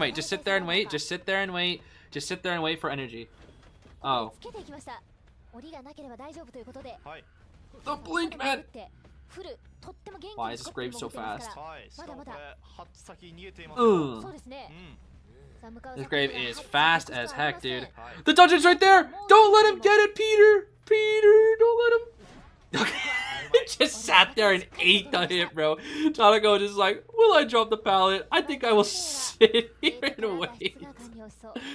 Alright, well they get the draw, which means they get the round win, but that was a rough game from Peter, bro. That was pretty rough. That was rough, especially that harass in that end game. I don't know if he was getting nervous or what. Peter's heart rate was actually pretty high, 167 there. Sheesh. That was a fun game, though. That was a fun game. I always like it when I actually get to see harassment, because it's so rare in this meta. There's not many viable harassers in this meta. Forward and Anti, I feel like, are the only ones that are good enough currently. A tie is a tie, however... A tie is also a round win because Zeta Serves got a 3 escape. And it looks like that's what Zeta's doing right now, is they're prioritizing... If they chose this map, I actually don't know who chose this.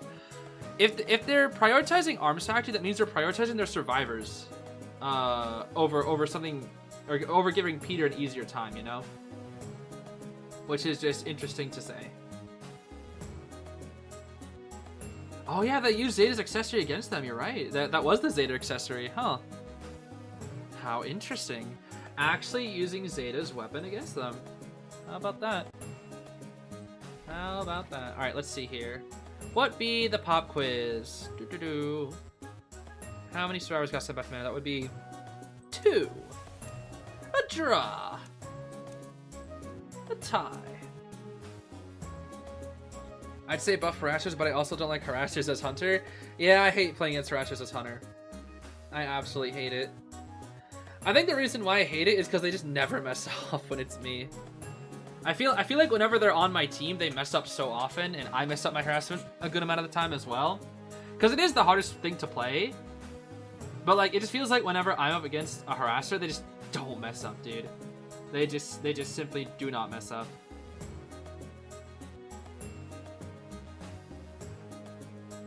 Especially prospectors, bro. Oh man. Where are all the prospectors that cancel attack recovery in my matches, bro? They're only there when I play Survivor. But they always are able to get their get out of jail free card magnet every time I go up against them.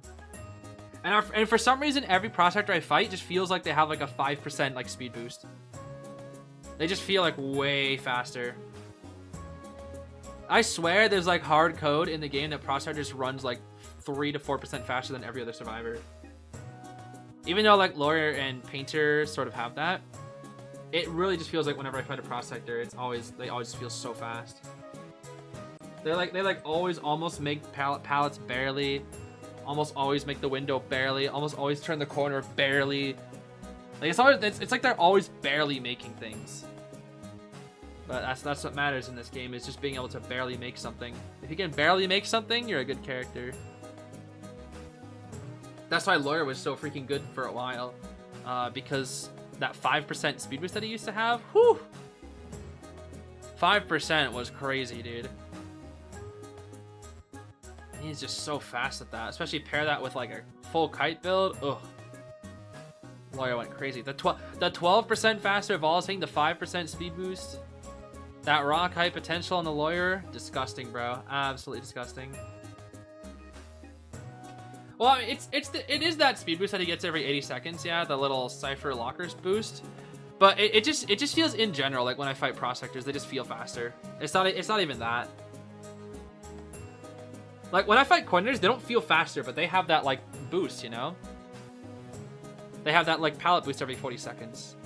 Like 10% speed boost for 4 seconds at every pallet and window. It just feels like he has a passive, just constant 5%. It just feels like he runs 5% faster than every other survivor. That's all I can really say. It's just more of a feeling. My not just want to say thank you for all the hard work you put in this community and the game as well. Please take a break if needed. Love your videos and streams so much. Aw, thank you, Sushi, for that's very kind of you. Thank you, thank you. Very kind words. Yeah, like I said, I've been taking care of myself. Don't worry, guys. I have been taking care of myself recently. Such an unfortunate cage there, dude. Such an unfortunate cage. The plan was there, it's just the timing wasn't, unfortunately. Very unfortunate. Coordinator feels smooth to play. I agree. Yeah, I love playing Cordy. She's very, very fun to play. Feels kind of bad against some hunters, but against most hunters, Coordinator is very, very fun. I've also been playing Flywheel Coordinator a little bit more. I normally run Broken, but Flywheel Coordinator is also really fun to play as well. Because if you flywheel a swing, you pretty much always get a guaranteed gun afterwards, unless it's like something that just has like no swing recovery, like Naiad or Lucino or something like that, potentially.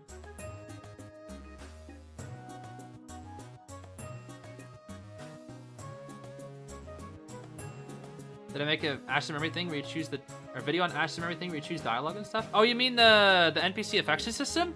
Yeah, I've already started making a video on that. I just haven't like finished it because there's a lot. I haven't finished it yet,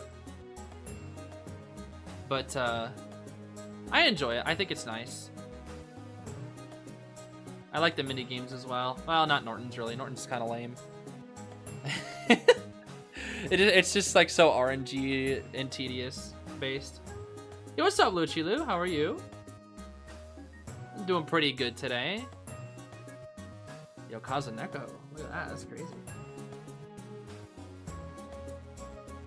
Did I already watch Apothecary Diaries? Yes, I have. I've watched the entire first season. I watched the entire first season, and then when I played Miitopia the other day, I unlocked a horse.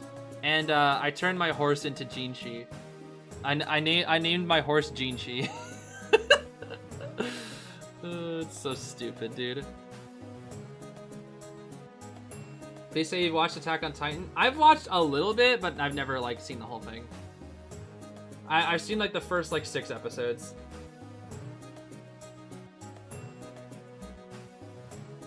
But yeah, I really enjoy Apothecary Diaries. It's very fun. Very fun show. Very fun show. Been chilling. How's Zeta doing? I heard they weren't doing too good this tourney. My thoughts on Zeta in this tournament are not that they're doing bad. It's that they keep kind of getting screwed over, and also Peter is underperforming, but not like due to some lack of skill. It's due to his like decision making mostly. And I feel like it's just like a lack of experience kind of thing, only. I think give Peter like a little more time to just kind of get used to things, give it more experience, and he's gonna start cooking, bro. He's gonna start cooking like crazy, because he's still one of the best hunters right now. He's like kind of like in a developmental phase, I guess I should say. Where there's like, I would say like there are hunters that are currently struggling right now versus hunters that are like in a developmental phase that just need like to get out of that little phase, and that's what Peter's in right now. I feel like he's in that developmental phase where he like has all the tools but just hasn't like strung the entire thing together yet.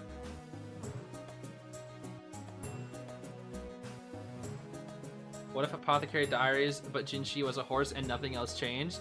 That would actually be very funny. That would actually be very funny. Overall, though, I don't think Zeta's performance has been bad. Their survivors have been especially good. Their survivors are like very, very consistent. I think they've only got 4K'd like 2 or 3 times, which happens, you know, pretty often in a hunter meta, at least in round 1 and round 2 and whatnot. But they've been doing well. They do still make mistakes, but they're only human, but they're doing well.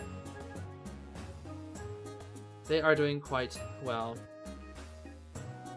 Ever watched Windbreaker? I don't know. Am I becoming a Persona fan? I've always been a Persona fan. I got into Persona back in like 2018, I want to say, 2017, 2018, somewhere around there. There's an Otome game where you date a horse. Oh, I know, my horse Prince. I'm well aware. Have I seen Arcane? I have seen Arcane, yes. I've seen both seasons. Good show, good show. Rushed ending, but good show. Season 2 was very rushed. And I don't want to say disappointed by it, but like, I just wish they had like more time, you know? I can tell like there's just so many plot points happening, and I don't feel like they gave enough time to like any of them. As much as I love Arcane, my favorite Arcane character,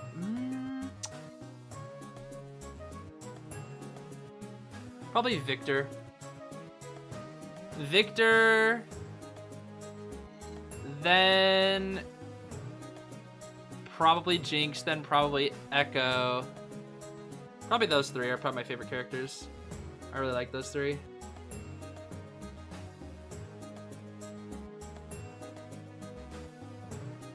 I don't think season 2 was bad. It was just heavily rushed. There were so many good things in season 2, but it's just packed full of so many plot points that are all trying to just be like rushed together. It clearly felt like it should have been a 3-season show, but they just didn't give it time. They did not give it time.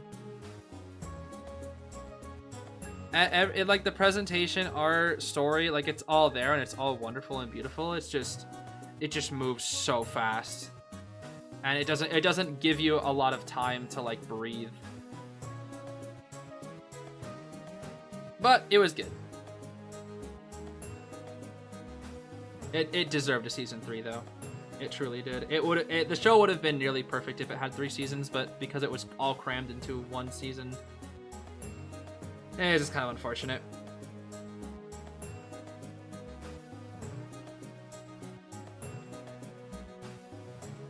Yeah, the alternate universe episode, I could have watched a full like 3-episode arc of that, not just 1. Honestly. Lucky guy. The deduction substitute is out. Woo. Oh, I've seen Ninjago. Yeah, I saw Ninjago back when it was like first coming out when I was a kid. I watched all the way up to like the Overlord story. Once the Overlord story ended, like the OG Overlord story, I stopped watching. I saw like a little bit of the the robot arc after that. I've seen nothing afterwards. Cause it just goes on. There's like 25 more seasons or something. Yeah, no, a lot of people hated Lloyd at first. I get that, Lichilu. I wasn't crazy about Lloyd at first, but he became my favorite character just because of like how he stepped up to the plate and became the Green Ninja. But yeah, I always wanted When I was younger, I always wanted Jay to be the Green Ninja. And I was like, what the heck? What the heck? This is a scam. My friend wanted Zane to be the Green Ninja. I actually thought it would be Zane when I was first starting to watch. I had a feeling it wasn't going to be Cole. I had a feeling it wasn't going to be Kai, even though he was like centered as the main character. It just didn't feel right to me. I wanted it to be Jay. I knew they were going to do Jay, but I thought they were going to make it Zane because of like how they were like building how it to be very special.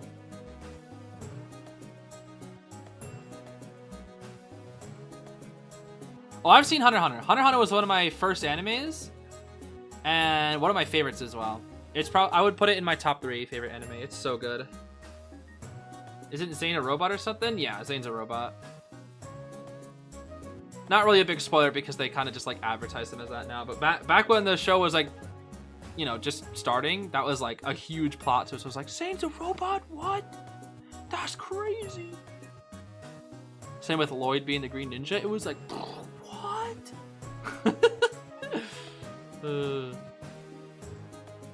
Favorite Hunter x Hunter arc? I think the Chimera arc is like objectively the best one in terms of writing. But I'm very partial to the Phantom Troop arc. I love that arc so much. A lot of the reasons is because I love Kurapika. Kurapika is my favorite character, and I feel like the gang is like at their best in that. I guess the first season, the Hunter exam arc is also really good though too, because it feels so like nostalgic whenever I go back and watch it, and like getting to see the gang meet each other and then all their dynamics just work so well. Like the 4 main characters have such a great dynamic that I was so sad that they split up after season 2. But in season 2, you get to see them take on like real jobs of being a hunter up against a villain organization that is like very pronounced and way over their power level. And I just think it's really cool how it balances like the Nen system, teaching it with like the freaking tower, climbing the tower, while also dealing with the Phantoms. Like it's really good. It's like that one. That's probably my favorite, even though I think the Chimera arc is like the objectively best written arc. Of just how much it slows down the pace of the show, and just really focuses on like the hyper details of like the power systems and the perspectives of each characters and whatnot. It's crazy. Anyway, Peter out here, round 2, hullabaloo on detention, huh? On Moonlit with detention, Inso, and is that teleport? Is that warp? That's warp. We got a flywheel tied aeroplanist, flywheel coordinator, tied on the nice bait from Peter. Nice bait. Tied borrowed on the officer, and then flywheel on the lucky guy who still has yet to open up his parcel. Got a elbow pad, hasn't got a bot or anything just yet, which I think is a little interesting. Might leave his cipher at like 60, grab a bot, and then have the bot finish it while moving to the next one. Might be what we'll see here. Inso triggers, we have the jump. Beautiful jump from Peter. Just exact perfect positioning. Baits out the fly. Oh, but the flywheel gets to the pallet and doesn't get the clone positioning. Woo. There it is. Okay.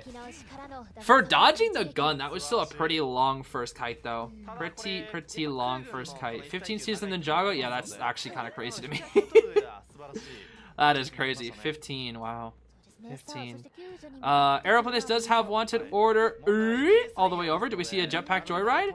He's leaving. Oh, the body link. Yeah, okay. Very smart. The second he saw the Aeroplanist jetpack away, he knew somebody else was coming in for the rescue.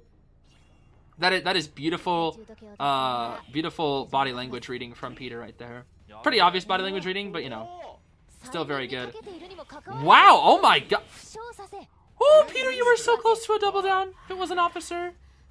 Oh, if it was an officer, dude. If it was an officer. Alright, rotation is ready. Ooh. Okay, the corner did. Store just accepted his fate. This is like, yep, I'm gonna die out in the corner. Why not? Completely just accepted the fate. Lucky I did actually pick up the bot. Bot finished the cipher. And it looks like bot will be able to open up the gate if they're able to get to the exit gate being opened. Gonna chair the coordinator down in the basement. Aeroplanes can come in here for the rescue. Do we see a struggle free? We do not, which is really good because I know multiple times when Peter has been playing, people have struggled free. All the way back up. Wants to run the lucky guy. That's quite lucky for the team. Good to have some luck on their side. You know, the lucky guy pick is quite helpful. Could you imagine if having lucky guy on the team influenced like the lucky decisions? Like wanted order, like always working and like targeting non-rescuers or something? That would be kind of crazy. He would like actually be the lucky guy. Okay. Gets at least a quick hit on the aeroplanist. Ciphers are going to be pretty far along here. We'll see another pallet break. He hasn't yet used the trait. Misses the double color, unfortunately. We do have a flywheel ready. And down goes Soar. Okay. Lucky guy decoder, look at that. Sheesh. Lucky guy so underrated? Yeah, that's what I'm saying. Lucky guy Cypher Rush, lucky guy items, lucky guy veteran speed boost. He's not bad. All the way over to the other side. Clone. And he's gonna find out the bot. Wow, he finds the bot. And see ya, bot. I mean, hey, that's still wasted some time. That's wasted. Now he knows where lucky guy is. He knows where aeroplanist is.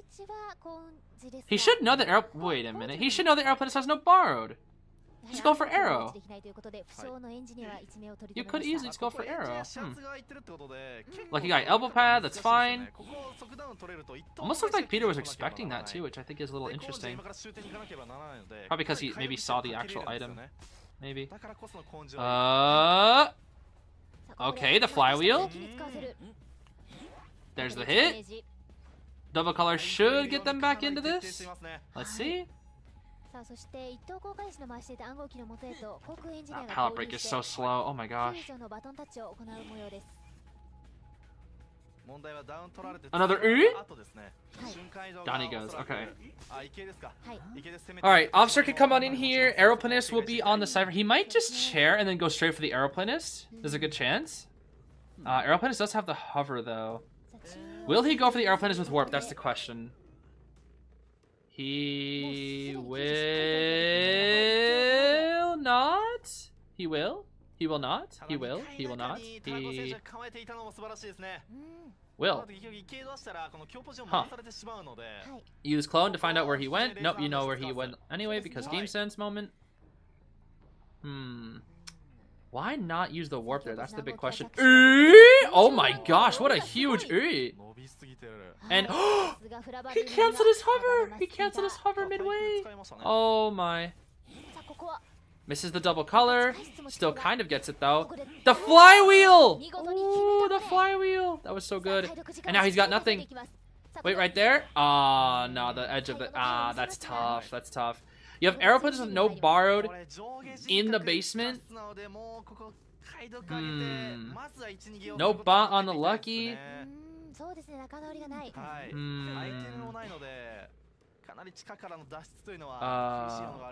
Why is the officer on the... They're gonna pop. They're just gonna pop. They don't care.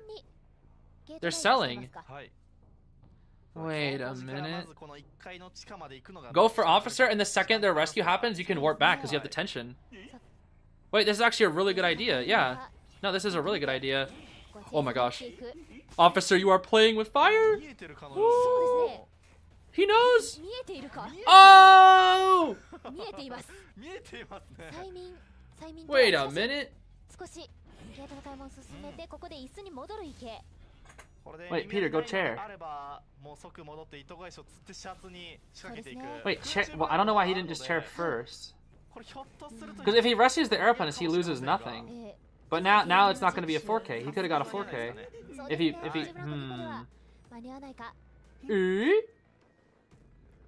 And then.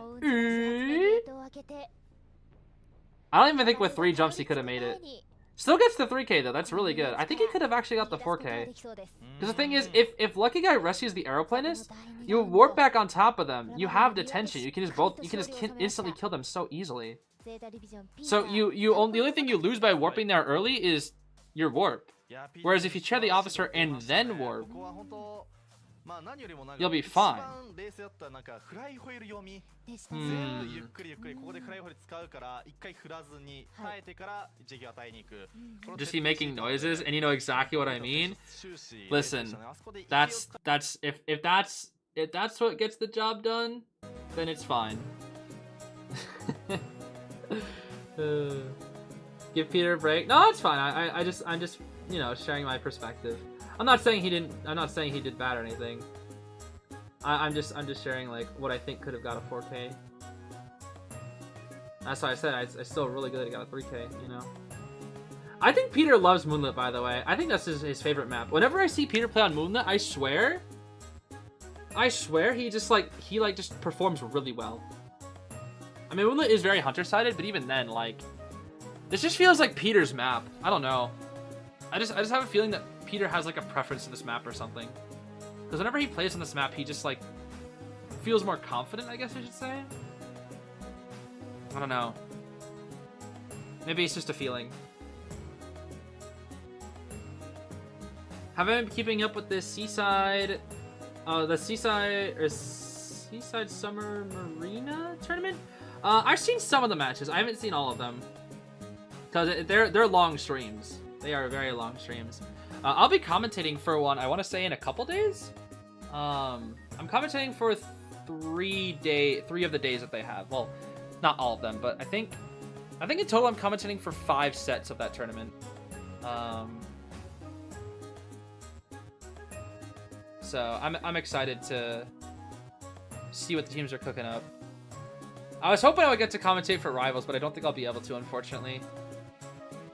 Oh yeah, the quiz, thank you. Thank you. What summer skins am I getting? Probably none of them. I don't really have much of an interest in the summer skins. The new Joseph, I don't play Joseph. I don't care about Joseph. I don't really play Prospector or Batter, so I don't really want either of them. I don't really play Enchantress. The Barmaid one is like the only one I could see myself getting because I sometimes play Barmaid, but even then, it's not my favorite Barmaid skin. My favorite Barmaid skin is the red one. The one from the Kongho Essence. So I already have like a skin I like more. So I don't know. I'm not crazy about any of the currently existing summer skins. That is not on characters that I play or like enough. Let's see here. And the first fire's knockdown would be the Coordinator. Indeed. What am I, Goat / Floppa Goetia arc? I mean, I play Prospector for fun, not like as a serious rank character. Like, I played Barmaid a bit in rank. And I like using this one. This is my favorite Barmaid skin. I like her hat. It's so fluffy, you know? That's why I like this one. And also because it's from the Kongho Essence as well, which I just think is a good essence as well. And like I would even her new S tier, I would say I think I still like this one the most. This is still like my favorite one. Yeah, I mean it's a little flashy. Yeah, it's a little flashy, that's for sure. But I just like the hat. I don't know. It's like a big old fluffy hat. How can you not like the big old fluffy hat?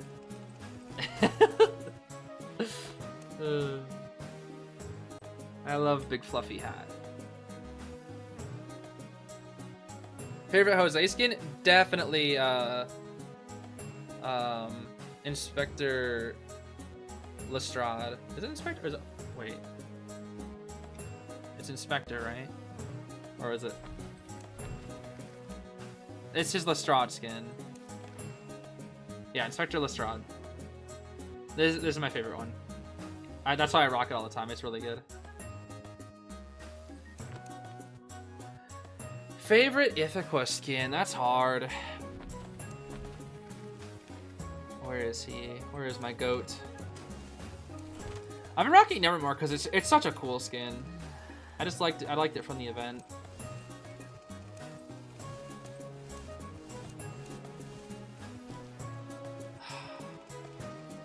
I don't know why people hate on this. I mean, people really hate on this skin. I don't know why. The only reason I don't rock this skin more is simply because it's kind of hard to see with when I play with him. Cause it's very flashy and it's kind of hard to like. I always feel like I have visibility issues when I play with this skin. That's like literally the only reason I stopped using it in rank as much. I feel like I should play Invisible Man more. This is a really good one as well. I've mainly just been going with this one just because like I don't have any visibility issues with it. And then Morningstar is obviously really cool.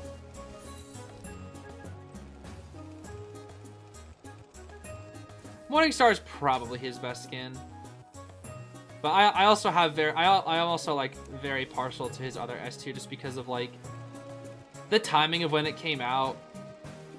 And I don't know, it's just special to me. I really like this skin. Even though a lot of people hate on it, I really like it.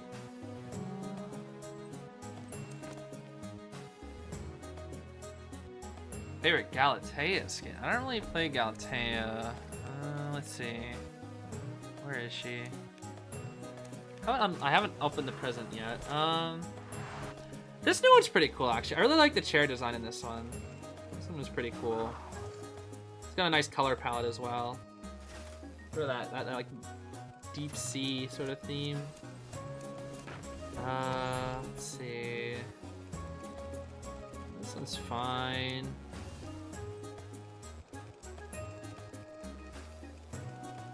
This one's pretty cool. I like the skeleton, like bones that she has. It's pretty cool.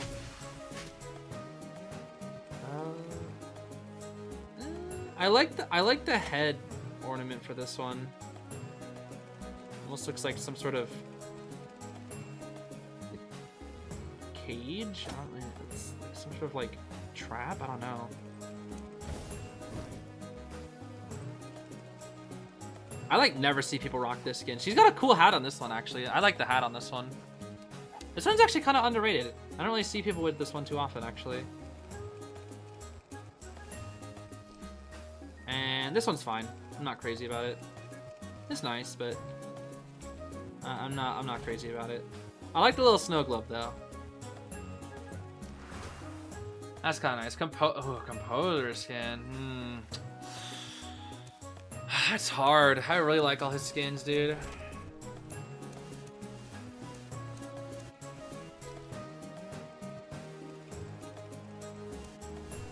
Like, Forgotten George is so good. Clear Rationality is so good. Pioneer Research is so good. They're all good in their own separate way, dude. Phantom Sail, I feel like Phantom Sail is just like too iconic. It's so iconic, I think. I think Phantom Sail is probably his best, just because of how iconic it is. But I don't think I have a favorite for Composer, honestly. I just really like all his skins. But that's just kind of my bias whenever I have to pick favorites of my favorite characters. It's like I usually don't have a favorite because I just like all of them. Like a Melee skin, it's so hard for me to pick a favorite. If I had to, I would say Kongho just because of like how special that skin is to me personally. But like in terms of like just the skins themselves, I don't know if I have a favorite for Melee just because I like them all. Alright, let's see here. Let me switch the music.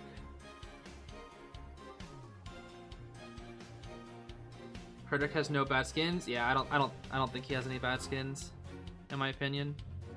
They're all good. Okay, they swapped in Yuri. Yuri will play...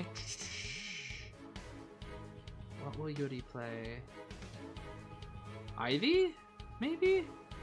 I don't remember what Yuri plays. I feel like Yuri likes playing opera, but opera's banned. Thing is, Yuri needs a 3K as well, just to force round 3. And getting that against ZETA serves is hard. It is hard, dude. Is Kazneko going anti? Oh, man. No, Kaznako's gonna go prisoner. They're gonna give Dolisu, Weeping. No, they'll give... Hold on. Dolisu will take... Actually, Dolisu can take Antiquarian. Actually, this might just be their lineup right here. They won't have... They might not change it at all. This might just be the lineup. Oh, Dolisu will take Priz. Okay, so they will take. Oh, interesting. They will put Kazuneko on anti. Ah, okay. Okay, I see. Maybe I guess Dolisu has been doing really well in terms of kiting, and Kazuneko is just like the goat, and nobody will chase him. So that means they have their harasser. I mean, I've seen Kazuneko play Prisoner. Kazuneko's Prisoners are quite good. Interesting.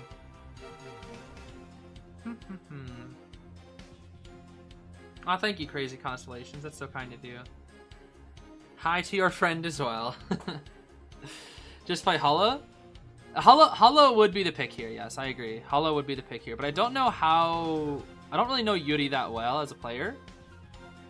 And yeah, I figured Yuri would go Ivy. Do they play any Resident Evil games? If so, which one is your fave? Not yet. I've been wanting to play Resident Evil for a while, but I have yet to play any of the games yet. I'll probably play the 4 remake that came out like a while ago. That's probably the first one I'll play when I start getting into it. But I've currently got 5 games that I'm playing right now that I've started up. Persona, Deltarune, Miitopia, Mario Kart World, and Hollow Knight.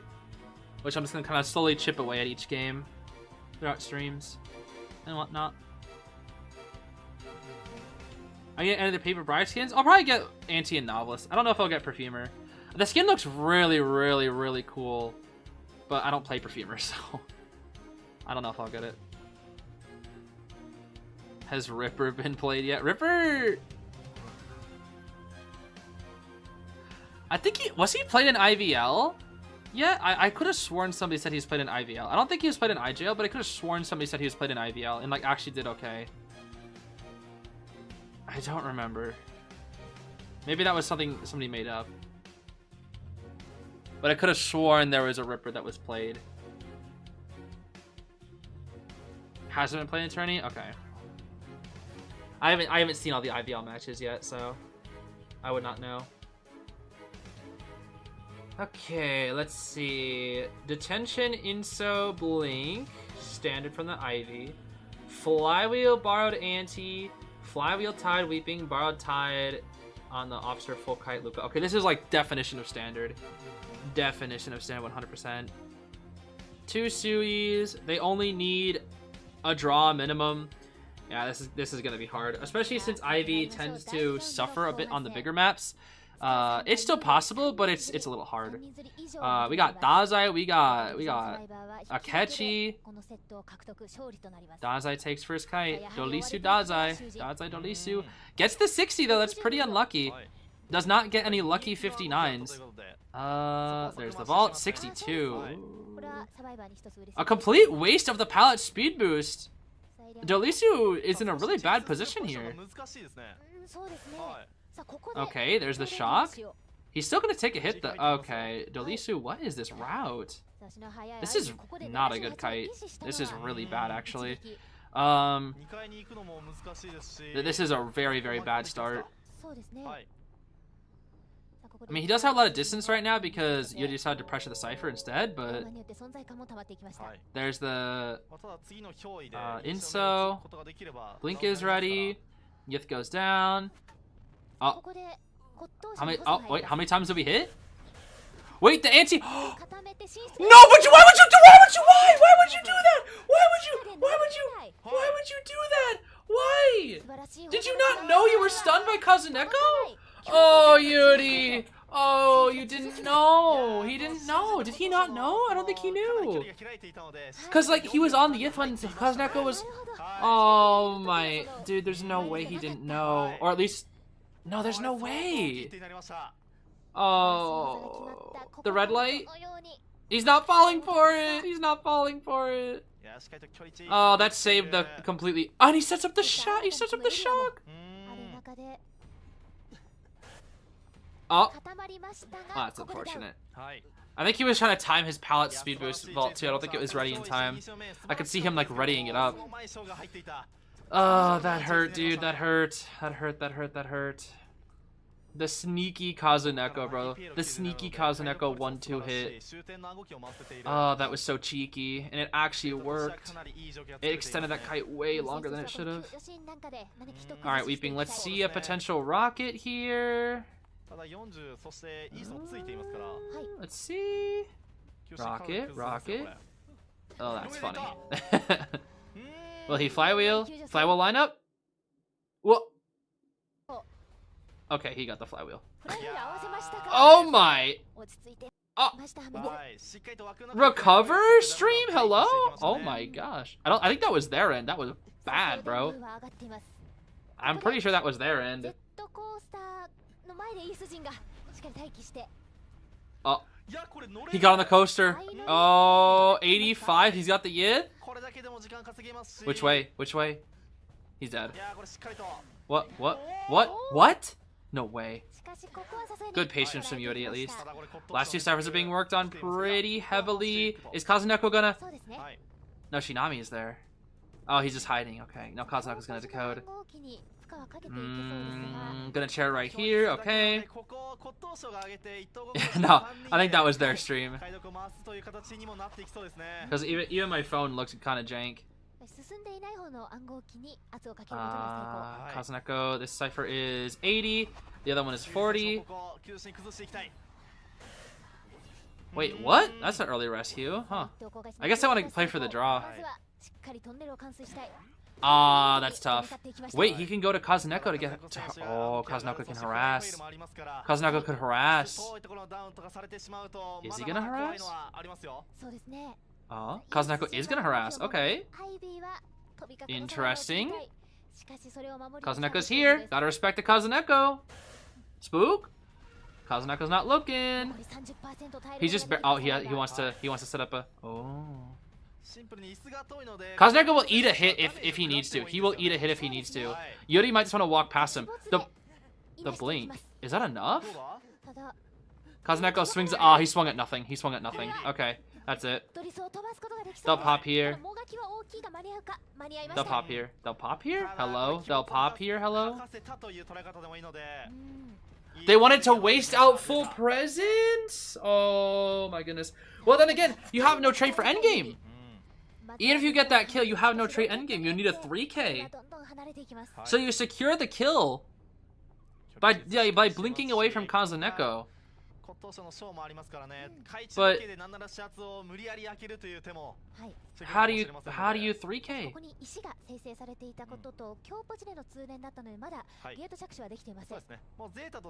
90 seconds on attention and counting. It's getting lower and lower. 16 on Kazuneko, that is not enough. Kazuneko will go up the stairs. Woo, that was close. Oh, that was so close, dude. That was so close. Alright. Doesn't get spooked. Smart. Kazuneko playing around this Ivy so well. He has dungeon, dude. He actually could get dungeon. So much distance. Wait a minute. What? Wait, what's going on? Why is Yuri accepting the draw when he knows he'll lose because of it? They win. Zeta wins. He didn't even try to send the yid? He didn't even try to send the yid. Like, he didn't even try. He just took the draw. He didn't even try to send the yid to the other gate. He just, like, committed to Kazuneko. That's weird. I mean, maybe he just accepted the fact that, like, hey, it's over, let me at least kill Kazuneko so I don't get 3'd. Maybe that's what he was thinking. I feel like you don't want to throw in the towel that early, though. I don't know. I mean, it was most likely over, but I feel like, you know, you gotta try. I don't know. I think he just kind of accepted his fate and didn't want to get 3'd. That's tough. That's tough. That's tough. Hey, I mean, good stuff to Zeta, though. I'm kind of glad they won, because they've been on quite the losing streak recently. They have been on quite the losing... Well, they lost 3 times in a row. And then they just won 2. So maybe they'll go 3-3. Who can say? Maybe they'll go 3-3. And they did lose to a lot of other strong teams, that needs to be said. So, we'll see, we'll see. I think ZETA will bounce back. I think they'll definitely bounce back, that's for sure. I wouldn't say through. It's like it was like his heart was. It didn't feel like his heart was in that like last minute or so. I mean, to be fair, it's really hard. But you know, it's hard. I think what really lost him his good early game, because his early game was very good. It was very, very good. But it was Kazaneko's sneaky little 1-2 tap. He blinks not... I don't know if he didn't realize or thought he could get away with blinking. I don't know what was going through his mind there. Regardless, he blinked and couldn't swing, and that hurt. Even if he thought he could get away with blinking there, and then like maybe, oh, he'll be stuck in the tablet, whatever. He wasn't, and he was able to fly out and make the pallet. So, I don't know, that just hurt. In this match, how many exit gates were activated? I believe just one. Just one, indeed. Okay. So there we go. That was day 5 of IJL. The first 2 sets. Again, I'm only going to watch the first 2 sets today. I'm not going to watch sets 3 and 4. Because I got other stuff that I want to do tonight, and I only watched 2 sets. So, we'll be back here tomorrow with... there might be an IVL video tomorrow. So look forward to that. If you want more content, I did release that one video. There's a 2-hour video right now where I watched 2 ZETA sets. Not just one, but 2 sets with ZETA in them. So if you want to see more ZETA gameplay, go ahead and go watch the video that I just released like an hour ago. Or I guess it would be... Dang, this is a short stream. 2.5 hours. I guess it's like 2 hours ago at this point. I don't even know, actually. Tomorrow we'll be back with more IJL as well. Hopefully we'll be on time this time. 8 o'clock PST. Hopefully we'll be on time. And then maybe we'll also be streaming on the main channel as well. I don't know what game we'll be playing, but we'll either be playing Deltarune, Miitopia, Persona, Hollow Knight, or Mario Kart. Probably Persona? I don't know. Depends on what I'm feeling. Anyways, that's it for me. Thanks for watching, guys. I do appreciate your support, all the donations, all the chats. It's been fun watching IJL with you guys. I'm glad I'm doing these streams. Because it's like, I'm not committing to them as hard as Koa, but it's still fun to, you know, watch tournaments with you guys. So yeah, that's it for me. I'll see you tomorrow. Bye-bye.